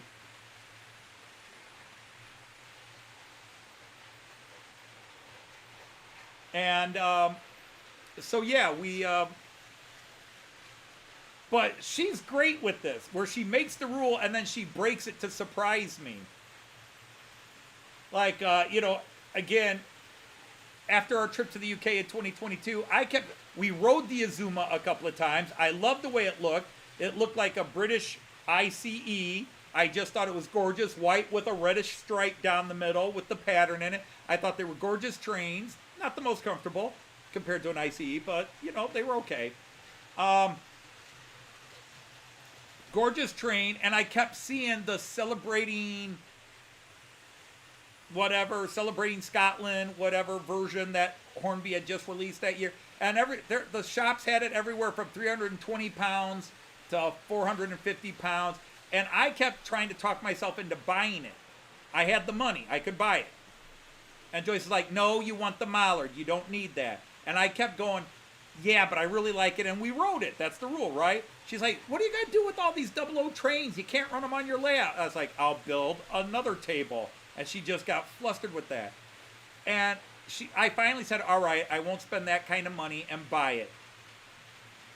And then 5 months later at Christmas, behind my back with Andy, TMD, and Alan from Dragon Junction, she bought me an Azuma and the decoder for it. One of the decoders for it. And I'll tell you, she didn't film my reaction, but I said it was one of, if not the greatest Christmas present she ever gave me. She totally played me. I had no idea what she was getting me, and she had been so adamant about me not getting it. And then I open it up, and I know how much she spent for it. And it was like, wow.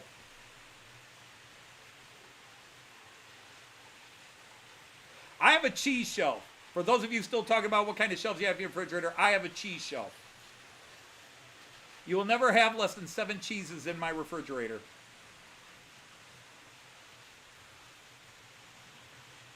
I didn't know there was a Dubai chocolate. That's all the rage.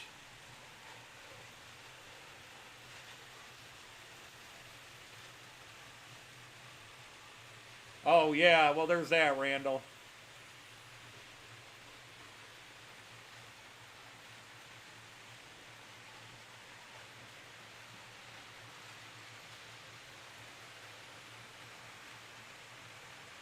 And Randall, when you can, text me or email me your address. I forget if we have it or not, because we might have it for Christmas cards and that, but just make sure I have it. And then I'm going to send you this computer. I don't know when, because I got to wipe it first. But I'll wipe this computer, and then this laptop here is yours.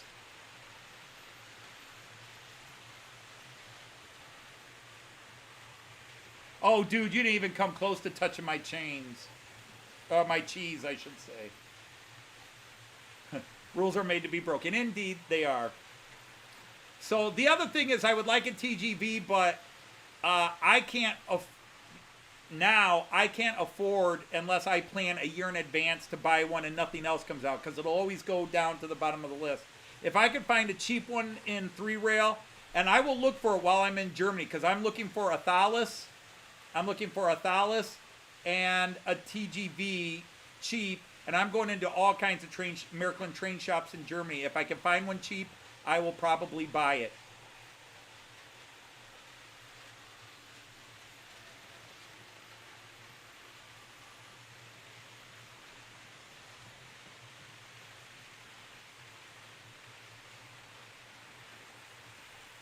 Cheese and onion chocolate bars. Oh my God.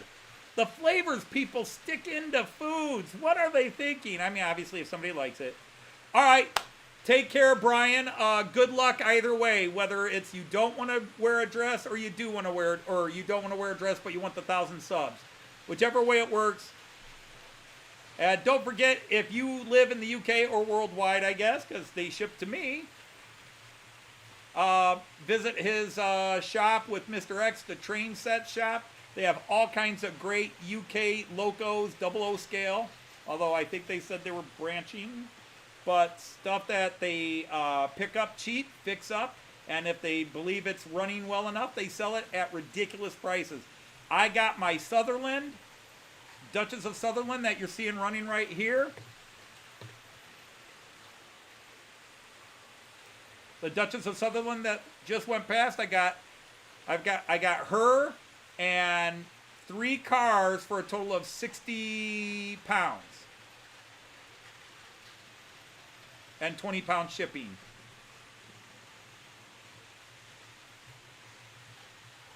Or was it 60 pounds total? Might have been, like, the Loco was 20, and then you gave me the 3 cars for 20. I forget what it was, but it was a great deal. Maybe it was 30 pounds for the Loco, and then the 3 cars were originally 8 pounds each, and you just knocked it down to 20. And so it was like 55 plus shipping. Whatever it was a hell of a deal. And I can understand that, Dirk. The APT, that's another Hornby model if I could get cheap that I wouldn't mind throwing down here. But again, I have a train budget each year, and I have to include that as part of travel money. When Joyce and I go, we're going to Germany, and my train budget includes my train money in Germany. So if I spend a lot on stuff in Germany, then when I come back, the only bright side is I have not pre-ordered anything this year. I did not pre-order anything from Märklin, Roco, Piko. It's the first time since I've been in the hobby I did not pre-order. There were a lot of things I liked, but I'm going to wait and see when they're due out, because one of the things I pre-ordered last year, Märklin has delayed till this coming Christmas. And if something else is due to come out at Christmas, I can't buy it, because that train is my Christmas. That's my birthday gift and Christmas gift, because they've delayed it. If they do it in the summer, it's out of my train budget. Coming in December, like it's now scheduled to do, that's my Christmas present and birthday present. Tuna and banana pizza. Get out! Get out! I'm sorry.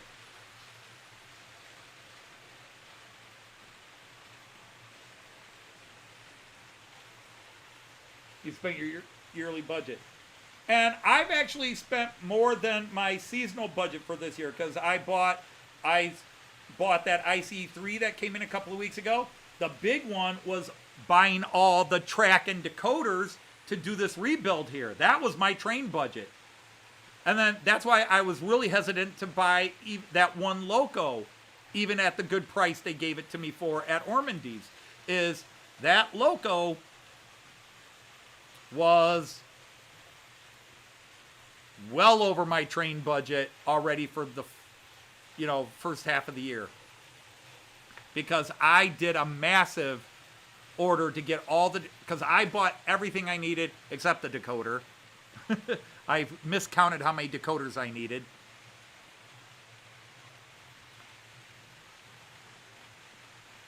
Yep, Joyce says she's still at work. Oh, that woman, I tell you, she works later every year. Every year she works later.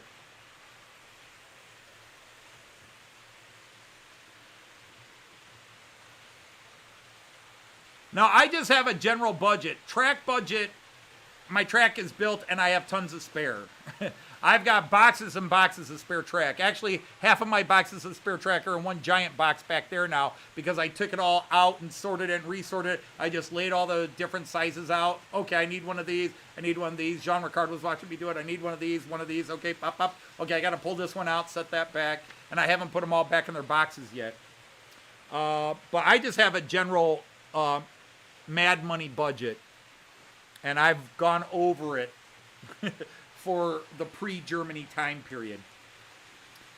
But I had rearranged a couple of things so I could afford it. And trust me, my train budget's a very generous one. I am lucky to be able to do the train budget I have. But like I said, I mean, I bought Herb's collection, which was my train budget for several years. But I worked a way where I could do it, you know.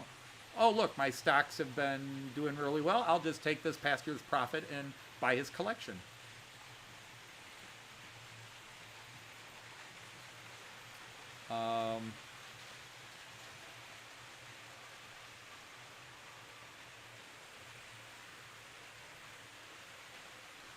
Yes, but still, track, whether it's track or trades, it's all one budget. I don't, you know, it's, Joyce is the banker of the family, but we both keep an eye on the money, but I know how much I can get away with. I know how much I can get away before Joyce has a heart attack, because she's the one who goes upstairs and pays the bills. She's the one that looks, Anthony, what did you just buy from Lipa? Oops, yeah, I forgot to mention that. Because we turned around and we just bought some new furniture for the living room. We've got a broken couch in the living room and we need to replace it. And we decided to replace it with 2 love seats. Because we've broken 2 couches in the last 7 years. Because we get reclining couches. We like reclining couches. And they build them very weak right here, which they make the pivot point. And so everybody leans back, and then they drop their phone or something, and they lean back like this. And after a while, that big fat metal rod breaks the MDF or the, you know, the various fiberboard or plywood shims that they use it, because they're not using it. If they use 2x4s, they can handle that. But they use like 1/2 inch thick either MDF or plywood, and big people, because nobody in my family's small. Joyce is the smallest person in the family. They all sit back and in those chairs, and then they lean over to get something, or, you know, go like this. And you do that for 2, 3, 4 years a lot, because everybody in my family likes to recline, and it breaks right there. So we replaced one couch, and we talked about, and these people are like, oh yeah, this will last 10 years. It lasted about 6. And so we went out and bought these love seats, which recline, but it's a different design. The seat pushes out. So there's no more where it reclines on the back and you're leaning like this. The seat pushes out, so there's no stress on the back and on that hinge point. All right, good night, Lord Al. Thanks for hanging out with us. It was very appreciated.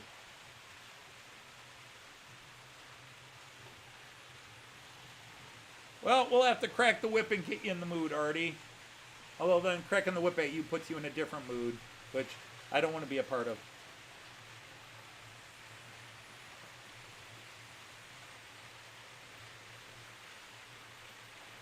Yeah, and that's the thing. I haven't invested in scenery other than I got a ton of ballast and sprinkle grass. You know, the Woodland Scenic sprinkle cover stuff. But now that I'm ready to start going on this, I'm going to have to start budgeting scenery in my train money.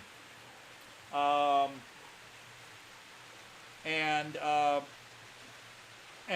lot of my scenery on here is stuff left over from my wargaming days. My tabletop wargaming. Oh wow, you guys have been on this view for a while. Not that there's anything wrong, but let's get some happy train views. Get all the other trains on.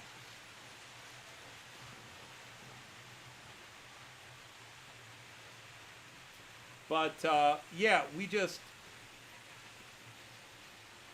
I've got the next step now is to sort, is probably to work again, start up on Fowler Car again. Now that we're getting into spring, start up on Fowler Car and just see if I can somehow get it working. I'm not buying any more motors. I might buy some more reed sensors and see if maybe I just got a pack of duds and get the reed sensors in.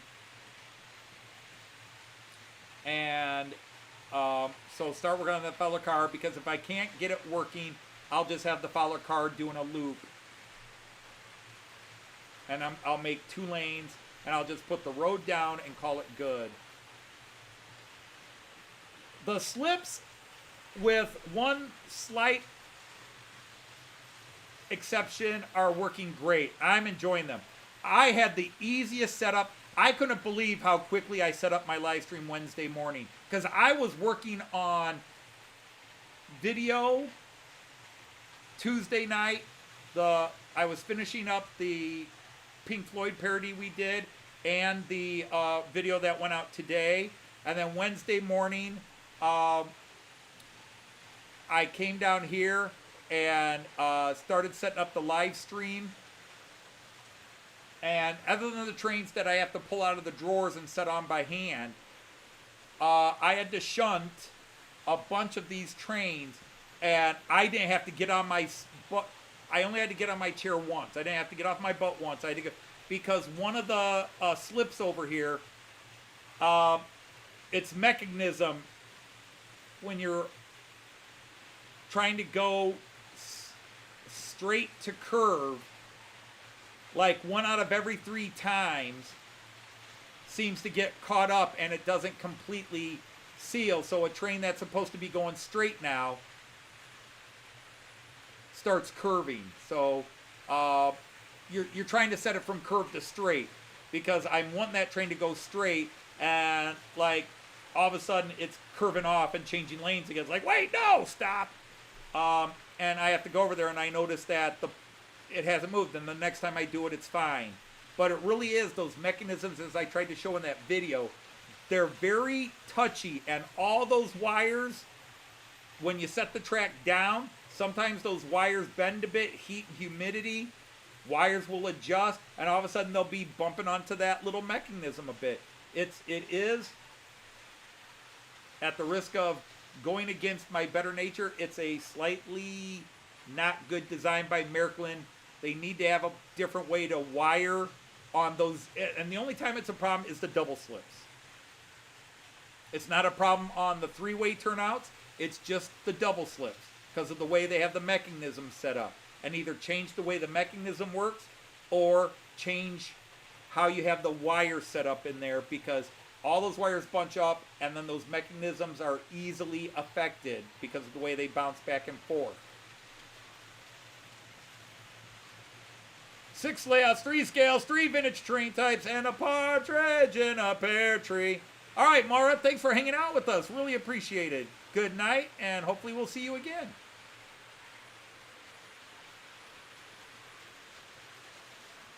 Oh, that's true, Artie. You got all those monitors. Not even so much compute. Well, you got the little things that I guess you could call computers too. But yeah, you got to get them going. You got to mount them on, put up shelves and mount them on shelves.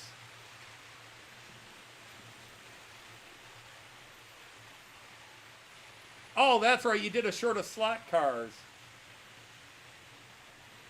I don't know. There's a slot car community there. You get the word out and do some videos on slot cars too. You cross. But that's why I'm such a weirdo. I'm an American running German trains, and half my crowd is UK. How does that happen?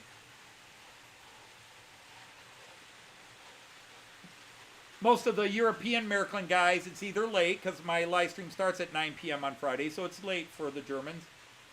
They gotta go to bed early in case they have to wake up and invade Poland. Wait, I'm sorry, that was a bad joke, I'm sorry. But the Märklin guys, I'm not serious enough about Märklin for a lot of them. You know, as much as I'm passionate about Märklin, they want to see you building the layout. You should have the layout, and you should be doing this, and you should have all your Trackwork automated.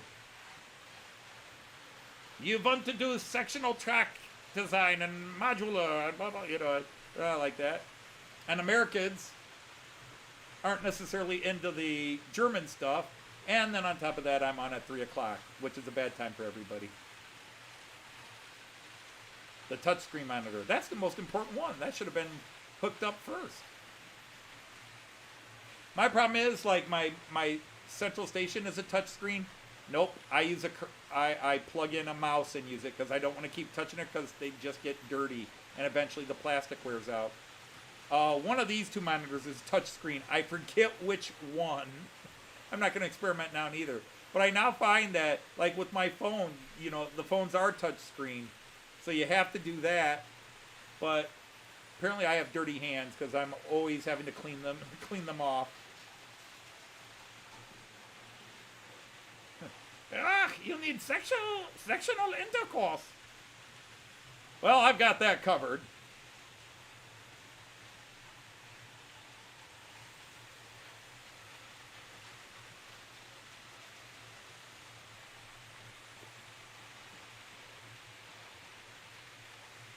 Is that Liz or Joyce? Or a thief? Burglar? Somebody was up in the kitchen. But yeah, it's absolutely funny. The cross section I have. But again, that's why, you know, I put up these videos of me putting in the slips, and where for a long time my videos get 200 views, give or take 20. All of a sudden, 5,000, 2,000, 700, 600, 700, 1,000. Like, oh, okay. Yeah, I knew. I was surprised that, I really was surprised that the first one went 5,000 views. And then doubly surprised, the second one went over 700 views. But it was doubly surprising because A, it went over the number I expected, but also, the first one went 5,000, part 2 only went 700. What the hell? 4,300 people tuned in and said, nope.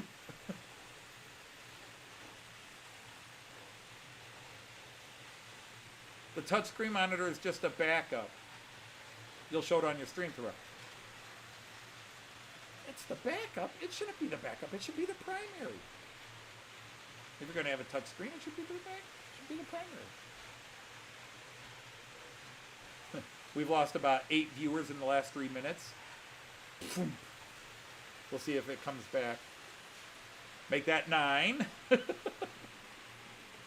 I'm out. I'm out. I'm out. See, I'm trying to stay on the screens that give you the best view of the trains because so many of you watch on your phones now. I'm set up for computer and my own personal view, which is why I have this one. Because I've got this 26-inch monitor here, 28-inch monitor, whatever it is. So I can put this up, and it looks great, but half of you guys are on your phones going, half of you gentlemen and ladies, you're on your phone going, well, what's that? I can't see it.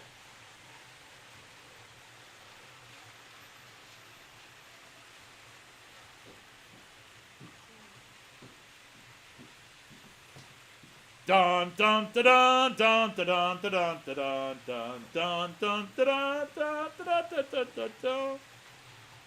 Or should it be more like ba da ba da ba da ba da?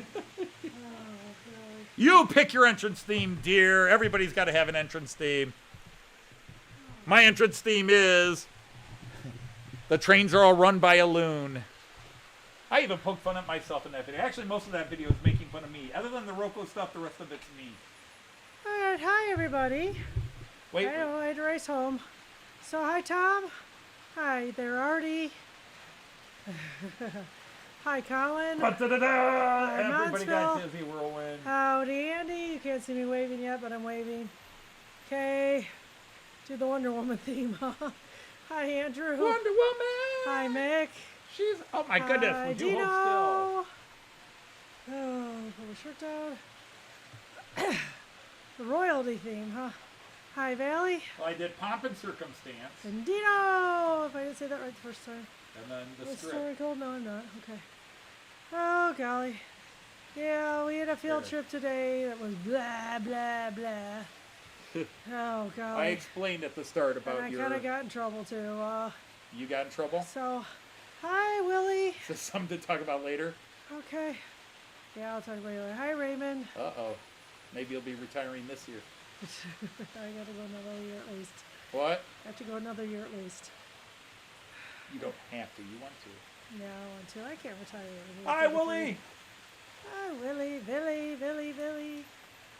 I got to remember Kara, that. hi, There I Kara. go. Now I'm not blocked. I got them all, I guess. Nope, other way. What? Lean back. I get blocked by the down there. Oh. No, you're fine. I'm just. Yeah, I get blocked by this until I turn the camera. yeah, I got it. Big Trouble in Little China. Oh, yeah. Big Trouble in Dying Toledo. I don't know if I was in charge of this one, but it got messed up, and I did not like this concert. Our stupid music teacher did not prepare these students one iota for this concert. It was totally... Did I clip a kid over the ear again? No, I did not, dear. Do that here, you're fired. Yeah, no kidding. That would fire me. No, it just, I say, it went earlier than I thought it would. I put the wrong time on, upset a parent. Oops. Yep, she's pissed at me. And Coleman's like, I was gonna get us all in trouble. Like, so, yeah, no, it was just, it was supposed to be an interactive Sounds like we need a concert. road trip to get away from it all again. Yeah, Might I suggest we go to Medina, Ohio? I hear that's a nice place to just get away from it all. we'll go back to Medina. I have Oh, they've got another loco I want. I have an appointment tomorrow. Oh! Damn, I almost had you too. You weren't like, no, we're not going back to Medina. You were like, you really want to go back to Medina? Well, yeah, they do have another loco I want. Okay, well, no, I told you the price of the Blue Star, not didn't mine. I? Yeah, you did. Holy crap. Yeah. Well, I don't know what they're asking for it, but yeah, the couple of shops I found it at, $1,800. Yeah. Sure, And that's just for the main set, not the additional add-on. Oh. So, have you caught your new loco? In the divorce, you get that one. And I think the We're 187. not getting divorced. No, I'm just saying in case. Oh, I'm sure it is, Artie. I love Kayama. Okay, yes, we both got paid. We love Kayama. Yeah, I got paid. Just Actually, I got checking. paid last night. Yeah, you did. Okay, so yeah, we both got paid. I didn't realize They it was even a put payday. early pay on there. They always put early We're pay. being nice to you and paying you early because of the weekend. Yeah, whatever. Oh, I gotta pay the bill still. Just means I actually, well, no, I'll go the same way. Oh, I bet it is, Artie. So, There was an older couple who wanted someone to go with them. I didn't know if you could actually do that, Artie.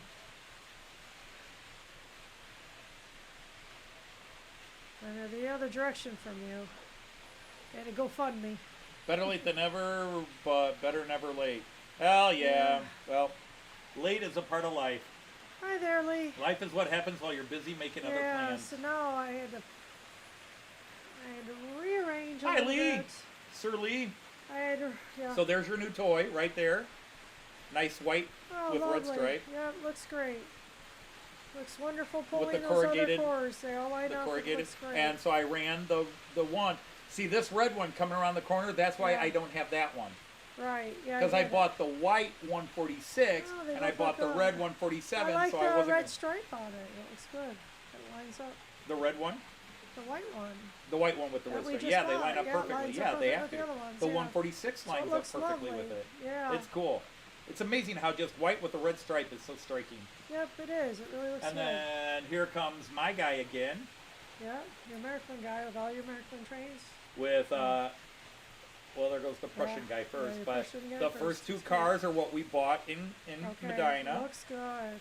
with the doubles. And then at the very end is the one I bought off of eBay that I Okay. find, that was my eBay profit All right, money. you Or got my it. YouTube Good. profit money. You got a good looking. Oh god. Yeah, good looking loco there, babe. Yeah. Of course, the kids were off the hook. Hi, Southern Cross. When you So, see the sun yeah. cross. So kids work. It's very windy, so my hair's a mess. I even put my hair, hand through my hair a lot. So now with my thing, I have to have the sun, so I can move my table, clean my table, scoot it over, because Thursday's my formal. And, Gotcha.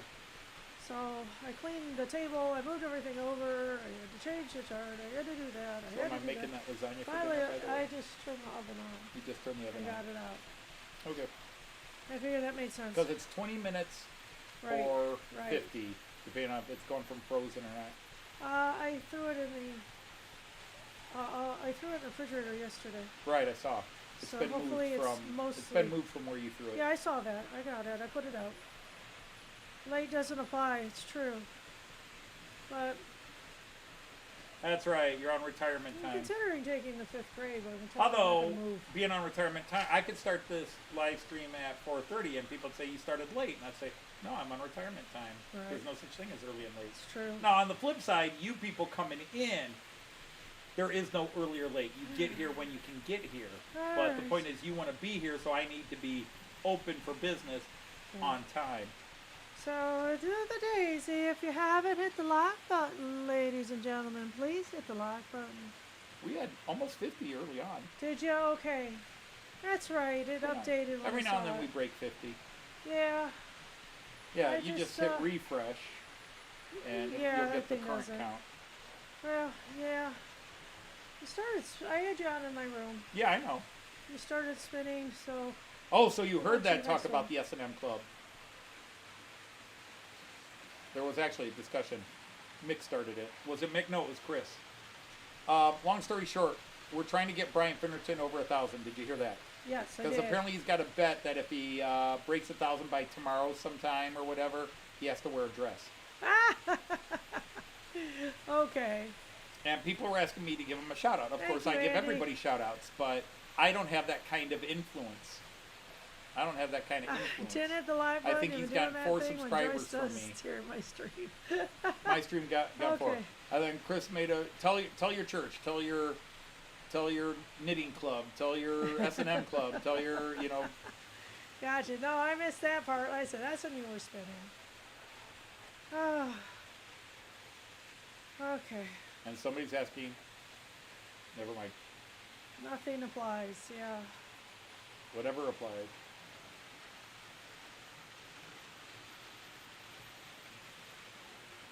Well, she's got the banker, the accountant. She's got those. But Yeah. if I go 2 more years, I get this percentage, and if I I get go more if 3 I more go- years, I get this percentage. I go 2 more years, I'll get more money. I'm You'll trying get to more 2 money if you go years. 1 more year. You'll get more money if you go 2 more years. You get more money if you go 3. That's why they entice you to stay. Yeah. But there comes a point where it's not worth it. Yeah, close your eyes when Brian turns the camera on. Well, yeah. There'll have to be a hint. Yeah. Of course, the funny thing is he might double his subscribers if he wears a dress. There's that. But he might have to wear it more often if that's the case. Gee, can we have a bet where you wear a dress on here?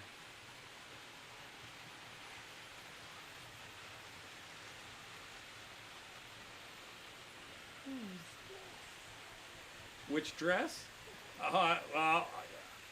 Well, we can have a negotiation about that one. You've got plenty of nice dresses up I there that do you have can a wear, lot of nice and then you've dresses. got other dresses. Indeed.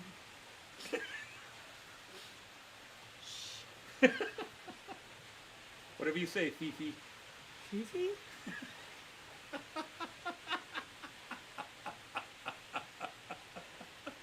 Anthony. Yep, I'm sleeping on the couch tonight. Yep, this might be. No comments from the Queen. And you'll be back to me.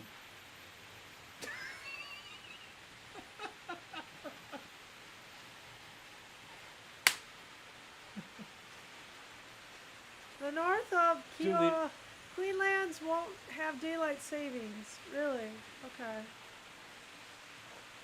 The North won't have it. The maid's dress is on the So other when are you channel, I guys think. changing? When are you guys all? I don't know when we change March dates 7th, anymore. I think. 14th or 7th. We're March 7th or the 14th is when we change again. Yeah. Sure, I can look it up.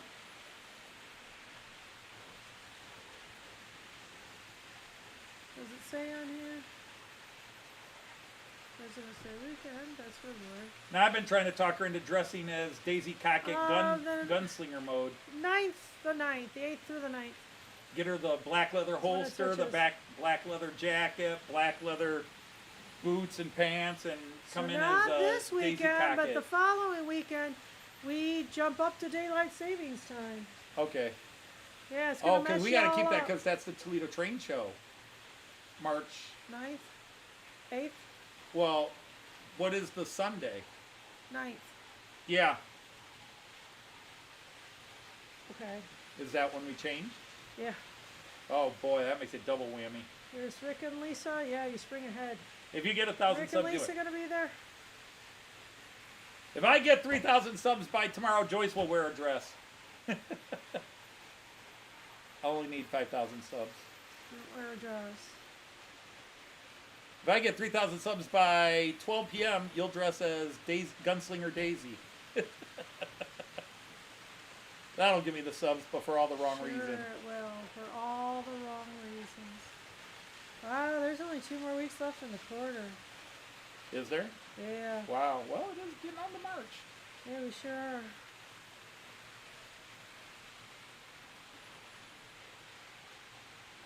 Chris, Yeah, it is. what you and I should do is we threaten to wear a dress unless we hit that number. Yeah, really. Okay, either you subscribe to my channel or I show you what's under my kilt. We're not gonna subscribe, but tune in.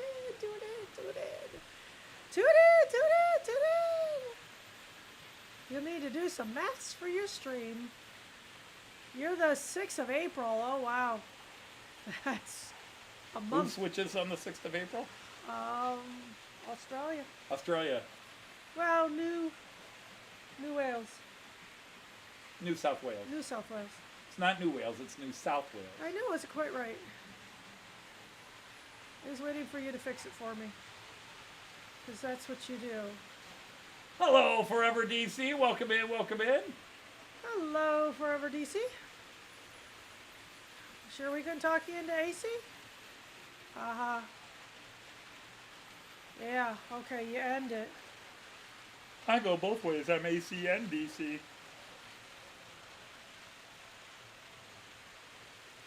This fall. You shook me all night long. Can we do that as a train song? You want it. No, that would be another one in your voice. I didn't want to talk to Liz, but she wasn't. I don't know. I still want to see if, for your channel, if you want to do a version of the Pink Floyd, you know, where you do the We leads. have to work on it. We could do that. Okay, we'll try it this weekend. If it after a couple of takes, if you're still not feeling it again, Oh, if I have time. it's more getting the inflection. Oh my goodness, another weekend where I'm not going to see you. I have. Last weekend was the only weekend in months I actually saw you. I know. I can't undo And think that. about what a wonderful weekend. I got a train, We did have- some cars. It was a great weekend for him. I have We had a nice dinner. We had a nice road papers to trip. grade, papers to sort, papers to check in. Gotta see who needs Resignation, the things in. resignation to type. I have to write out my lesson plans for my observation. Yeah, all that. Well, hello, So- Sir Mark of Zantek. It sort of feels like a lot. Your little town called Edison. Oh, I see. That makes sense then. Interessant. Hello, Mark. Huge outrage of knocking down AC/DC's original house by developers in Sydney. Oh, Huh. no, I didn't hear about that. What'd they do that for? Development. We need more housing. Oh, well, yeah, I guess. That's really a problem. Yeah, we're okay. Just stressed. Joyce just got off work, and Yeah, just got home. we're going to find out just how bad it was later. Although I think I've got the gist of it now. Yeah. But the parent. Well, I had her kid last year. This is a different one. So, yeah. I don't really like her anyway, but You're on camera. it's true. I don't think she's going to watch. But you never know. You never know. You need more houses that are affordable.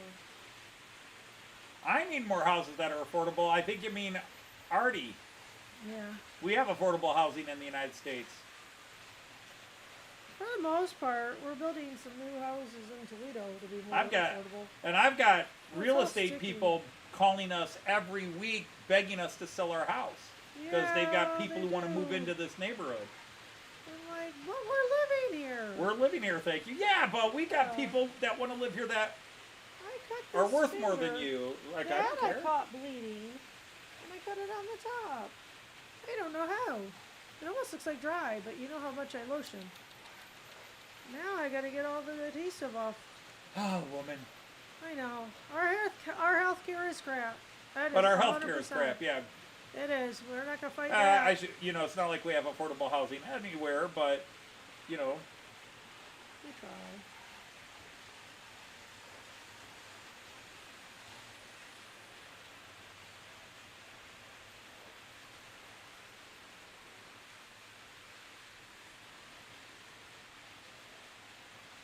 Tell them in a language they would understand. Go Anglo-Saxon on them. no, the only language they understand is gunpoint. Leave me alone. I'm not selling my house. Which is funny because for the first 20 years we lived in this house, I was constantly thinking, if we could, I'd sell this house. We put a lot of money in this house. Yeah, you got affordable housing, yeah, except in the places where people want to live. Hey, I've seen Melbourne and Sydney. Yeah. Yeah, Full. somebody needs to start developing the outback more. Full. You got all those beautiful beaches and everybody wants to live near them, but you also have all that where it's a little less hospitable to live. It's beautiful, but I don't want to live in Australia. It's beautiful to visit, but I don't think I want to live there. Driving the mountains, just driving most of the highways, period, can be a pain in the butt. It's beautiful to visit, and it's beautiful to see what we could see, and there's a lot of places to visit, but the cost of living there and Bedrooms with extra getting spiders. around is just, it's nightmarish to me. Oh, I bet they have. Yeah. 3 bedrooms with extra spiders. And 3 bedrooms, extra spiders. We don't charge for the spiders, though. We don't charge for them. Yeah, that's what I already said. We have flat country. You know they do. Well, Mark, that's the thing, and Artie will talk about that too. But Australia does have a lot of nasty things. I mean, the one that I think would bother me most in reality is the huntsman spider, because they will live anywhere. And you'll just go out to your car, try to pull the handle, and blah, there it is. But like the snakes, they've got all kinds of dangerous, poisonous snakes and spiders. But for the most part, they live in their places. And you might be walking down the sidewalk and one will cross. You just stop. It's not like a cobra that will see you and come after you. They're like rattlesnakes, where you leave the rattlesnake alone, he leaves you alone. He doesn't want you. Hello, Ian. Hello, Ian. Too many Australians. Problem with Australia is there's too many Australians here. Well, at least packed into Sydney and Melbourne. I mean, again, beautiful people. We did not meet. Are cute. We did not meet an Australian we didn't like. I mean, Artie's Hungarian, so he doesn't count. I'm sorry. No. I think, did we have all good experiences? I think so. I mean, in the UK, what was the one bad experience we had? Oh, probably in Edinburgh there. The bitchy waitress in Yeah. Edinburgh. That was it. Yeah, which And really we were being wasn't- polite. Wasn't that traumatic for that man? And wasn't that traumatic. But I don't recall having a negative run-in Australia. I don't think we did either. Or maybe all that palinka chased it out. But everybody we met and talked to in Australia was very friendly. You were born here. It's your cousin George. George and his palinko.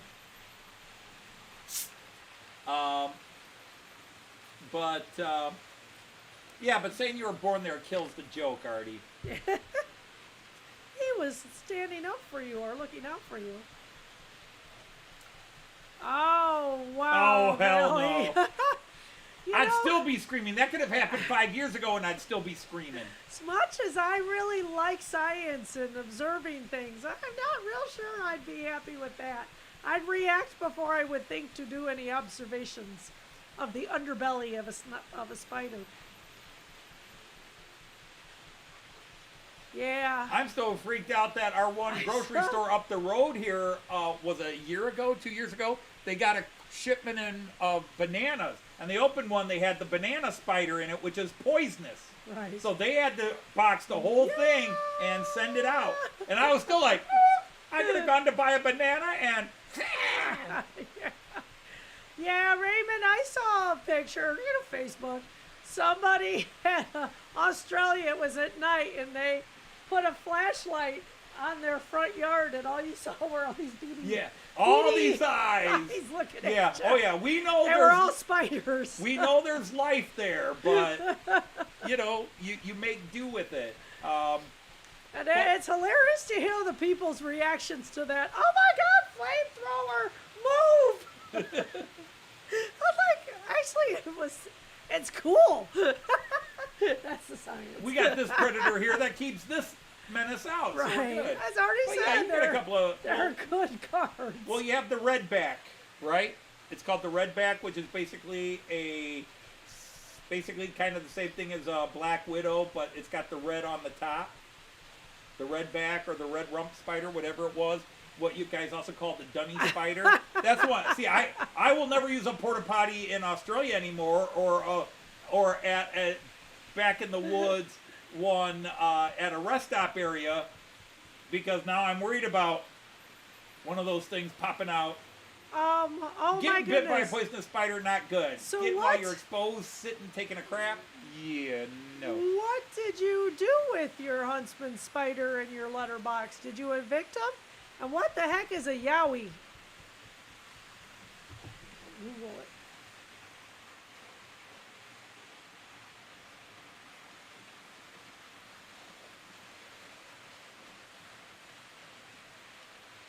Yeah, but you'd think the mailman would knock or leave a notice on your door saying, I'm not delivering until you get rid of that thing in the mailbox.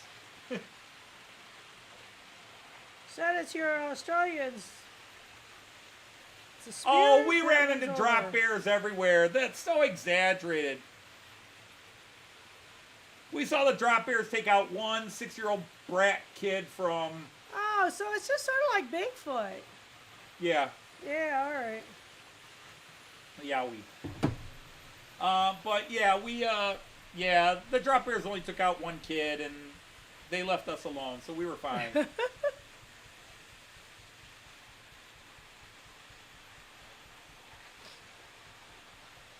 Drop Yeah, but bears a Artie, bugger. they may be unwanted, but they're needing paid, wanted or not. Yeah, occasionally you get good stuff in your mail. Didn't we send you a Christmas card this year? Did we? I don't think we did. I thought we did. I don't know. Did we? Yeah, I thought we did. Okay. West of the Great Dividing Range.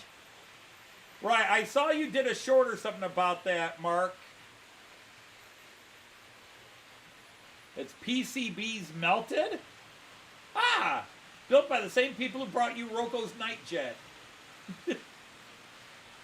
Apparently that's the new job for pyromaniacs and arsonists.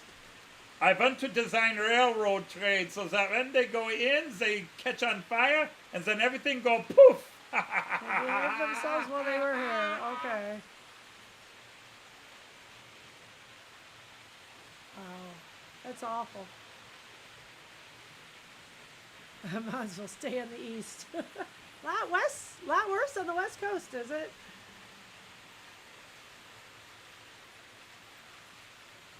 Okay, Mark. I thought I accepted it. No, he said to Joyce. Oh.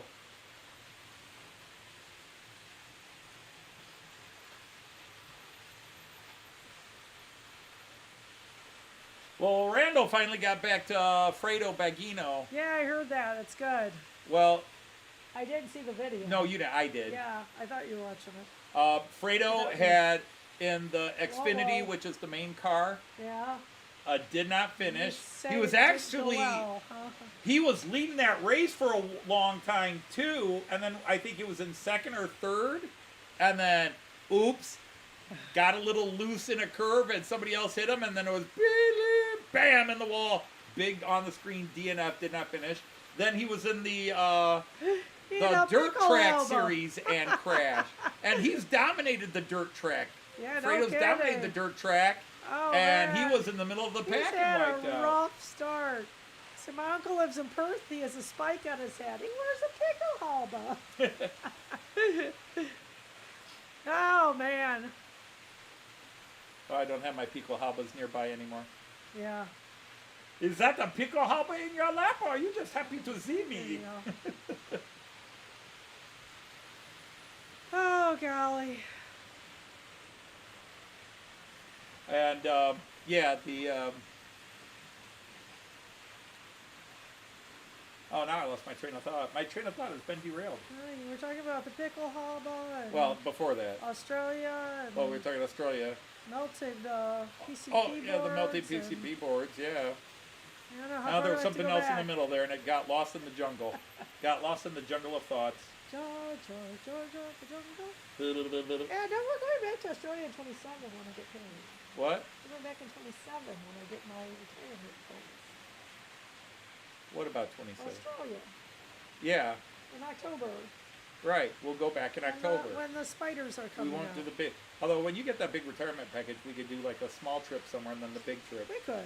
October's going to be a hard month to be gone, especially if you want to do that Hawaii stop. Or worse, the Fiji one. Just for a few days. Just, you could even just overnight it before you hop back on a plane. And Break it up. now, if you're going to do that kind of flying, you got to give me a day of rest before I get on a plane again. Well, fine. We'll stay 2 nights somewhere. But you said, now maybe you're changing your mind. You said you'd like a few days in Hawaii. Well, I wasn't planning on a lot. I mean, I've been told all kinds of things to go see there, but it's not Well, really what I'm you'd have to interested in. even pick an island. I know. Like, are you just going to stay on Oahu? You going to go over to Maui or one of the smaller islands? Yeah. I'm going to go to one of those places We where got they've a lot got of time to where figure they've it got out. the waterfall and everybody's swimming in the pool beneath the waterfall. Sounds good You to show me me. that island, I'm there. Okay. Sounds good. Sounds like a plan.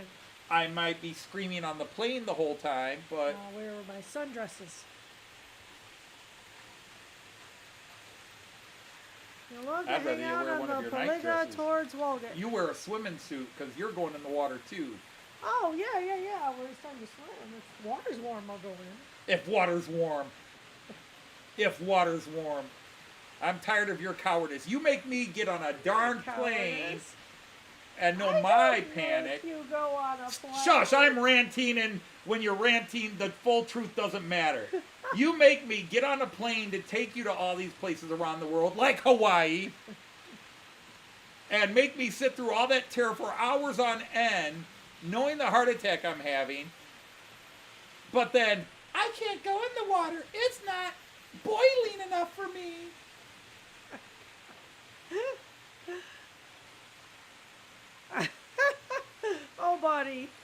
Oh, buddy, y'all better go, you better not so Well, go, we've I only think. seen Yeah, I think to the Oahu opposite, Artie. and just a little bit of, I forget, The we were in, traffic was were we insane. in Waikiki or Diamond Head that day? I don't know. I think they're saying Diamond Head was up around. I don't know what beach we Whatever were on. part we were at. We were at Oh, hi, Moana Ana or something. You made it. Who?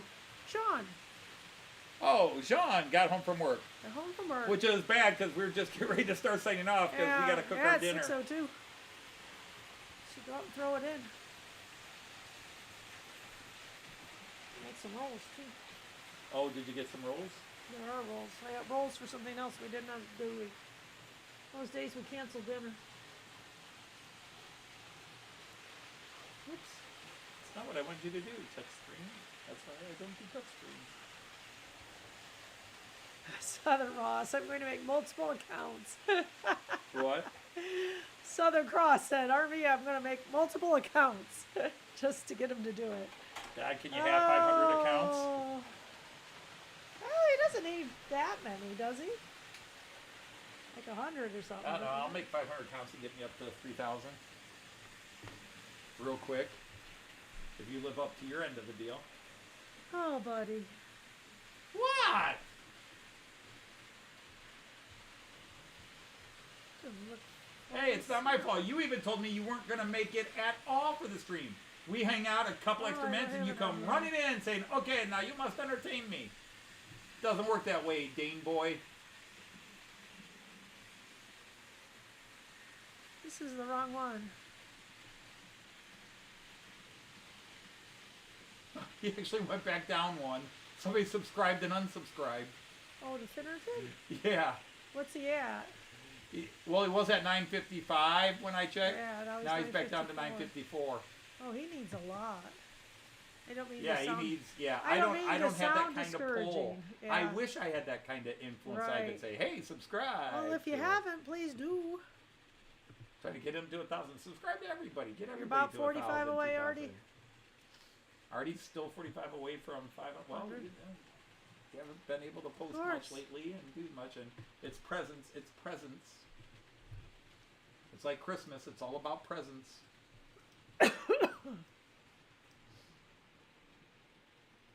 Oh, that's right. I turned him off. I didn't turn him all the way down because I didn't want him going.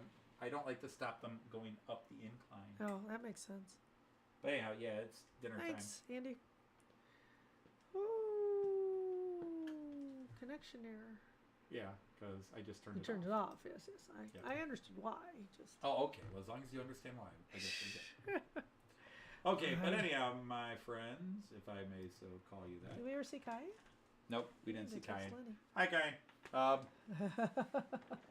Who knows? They were doing something, or maybe it's having timeout time, or maybe he actually took a nap. Yeah, really. All right, so anyhow, it is that time where we must bid all a fond adieu. Oh my God, I just spoke French. You did. I spoke French. TTLE. All right, so on that note, yeah, we got to get going. So thank you all. It's amazing you all do come back week after week. Right. Spend your time with us, those of you that do come back. The week run. So on that note, Auf Wiedersehen Choose. and happy trades. Take care, Bye. everybody.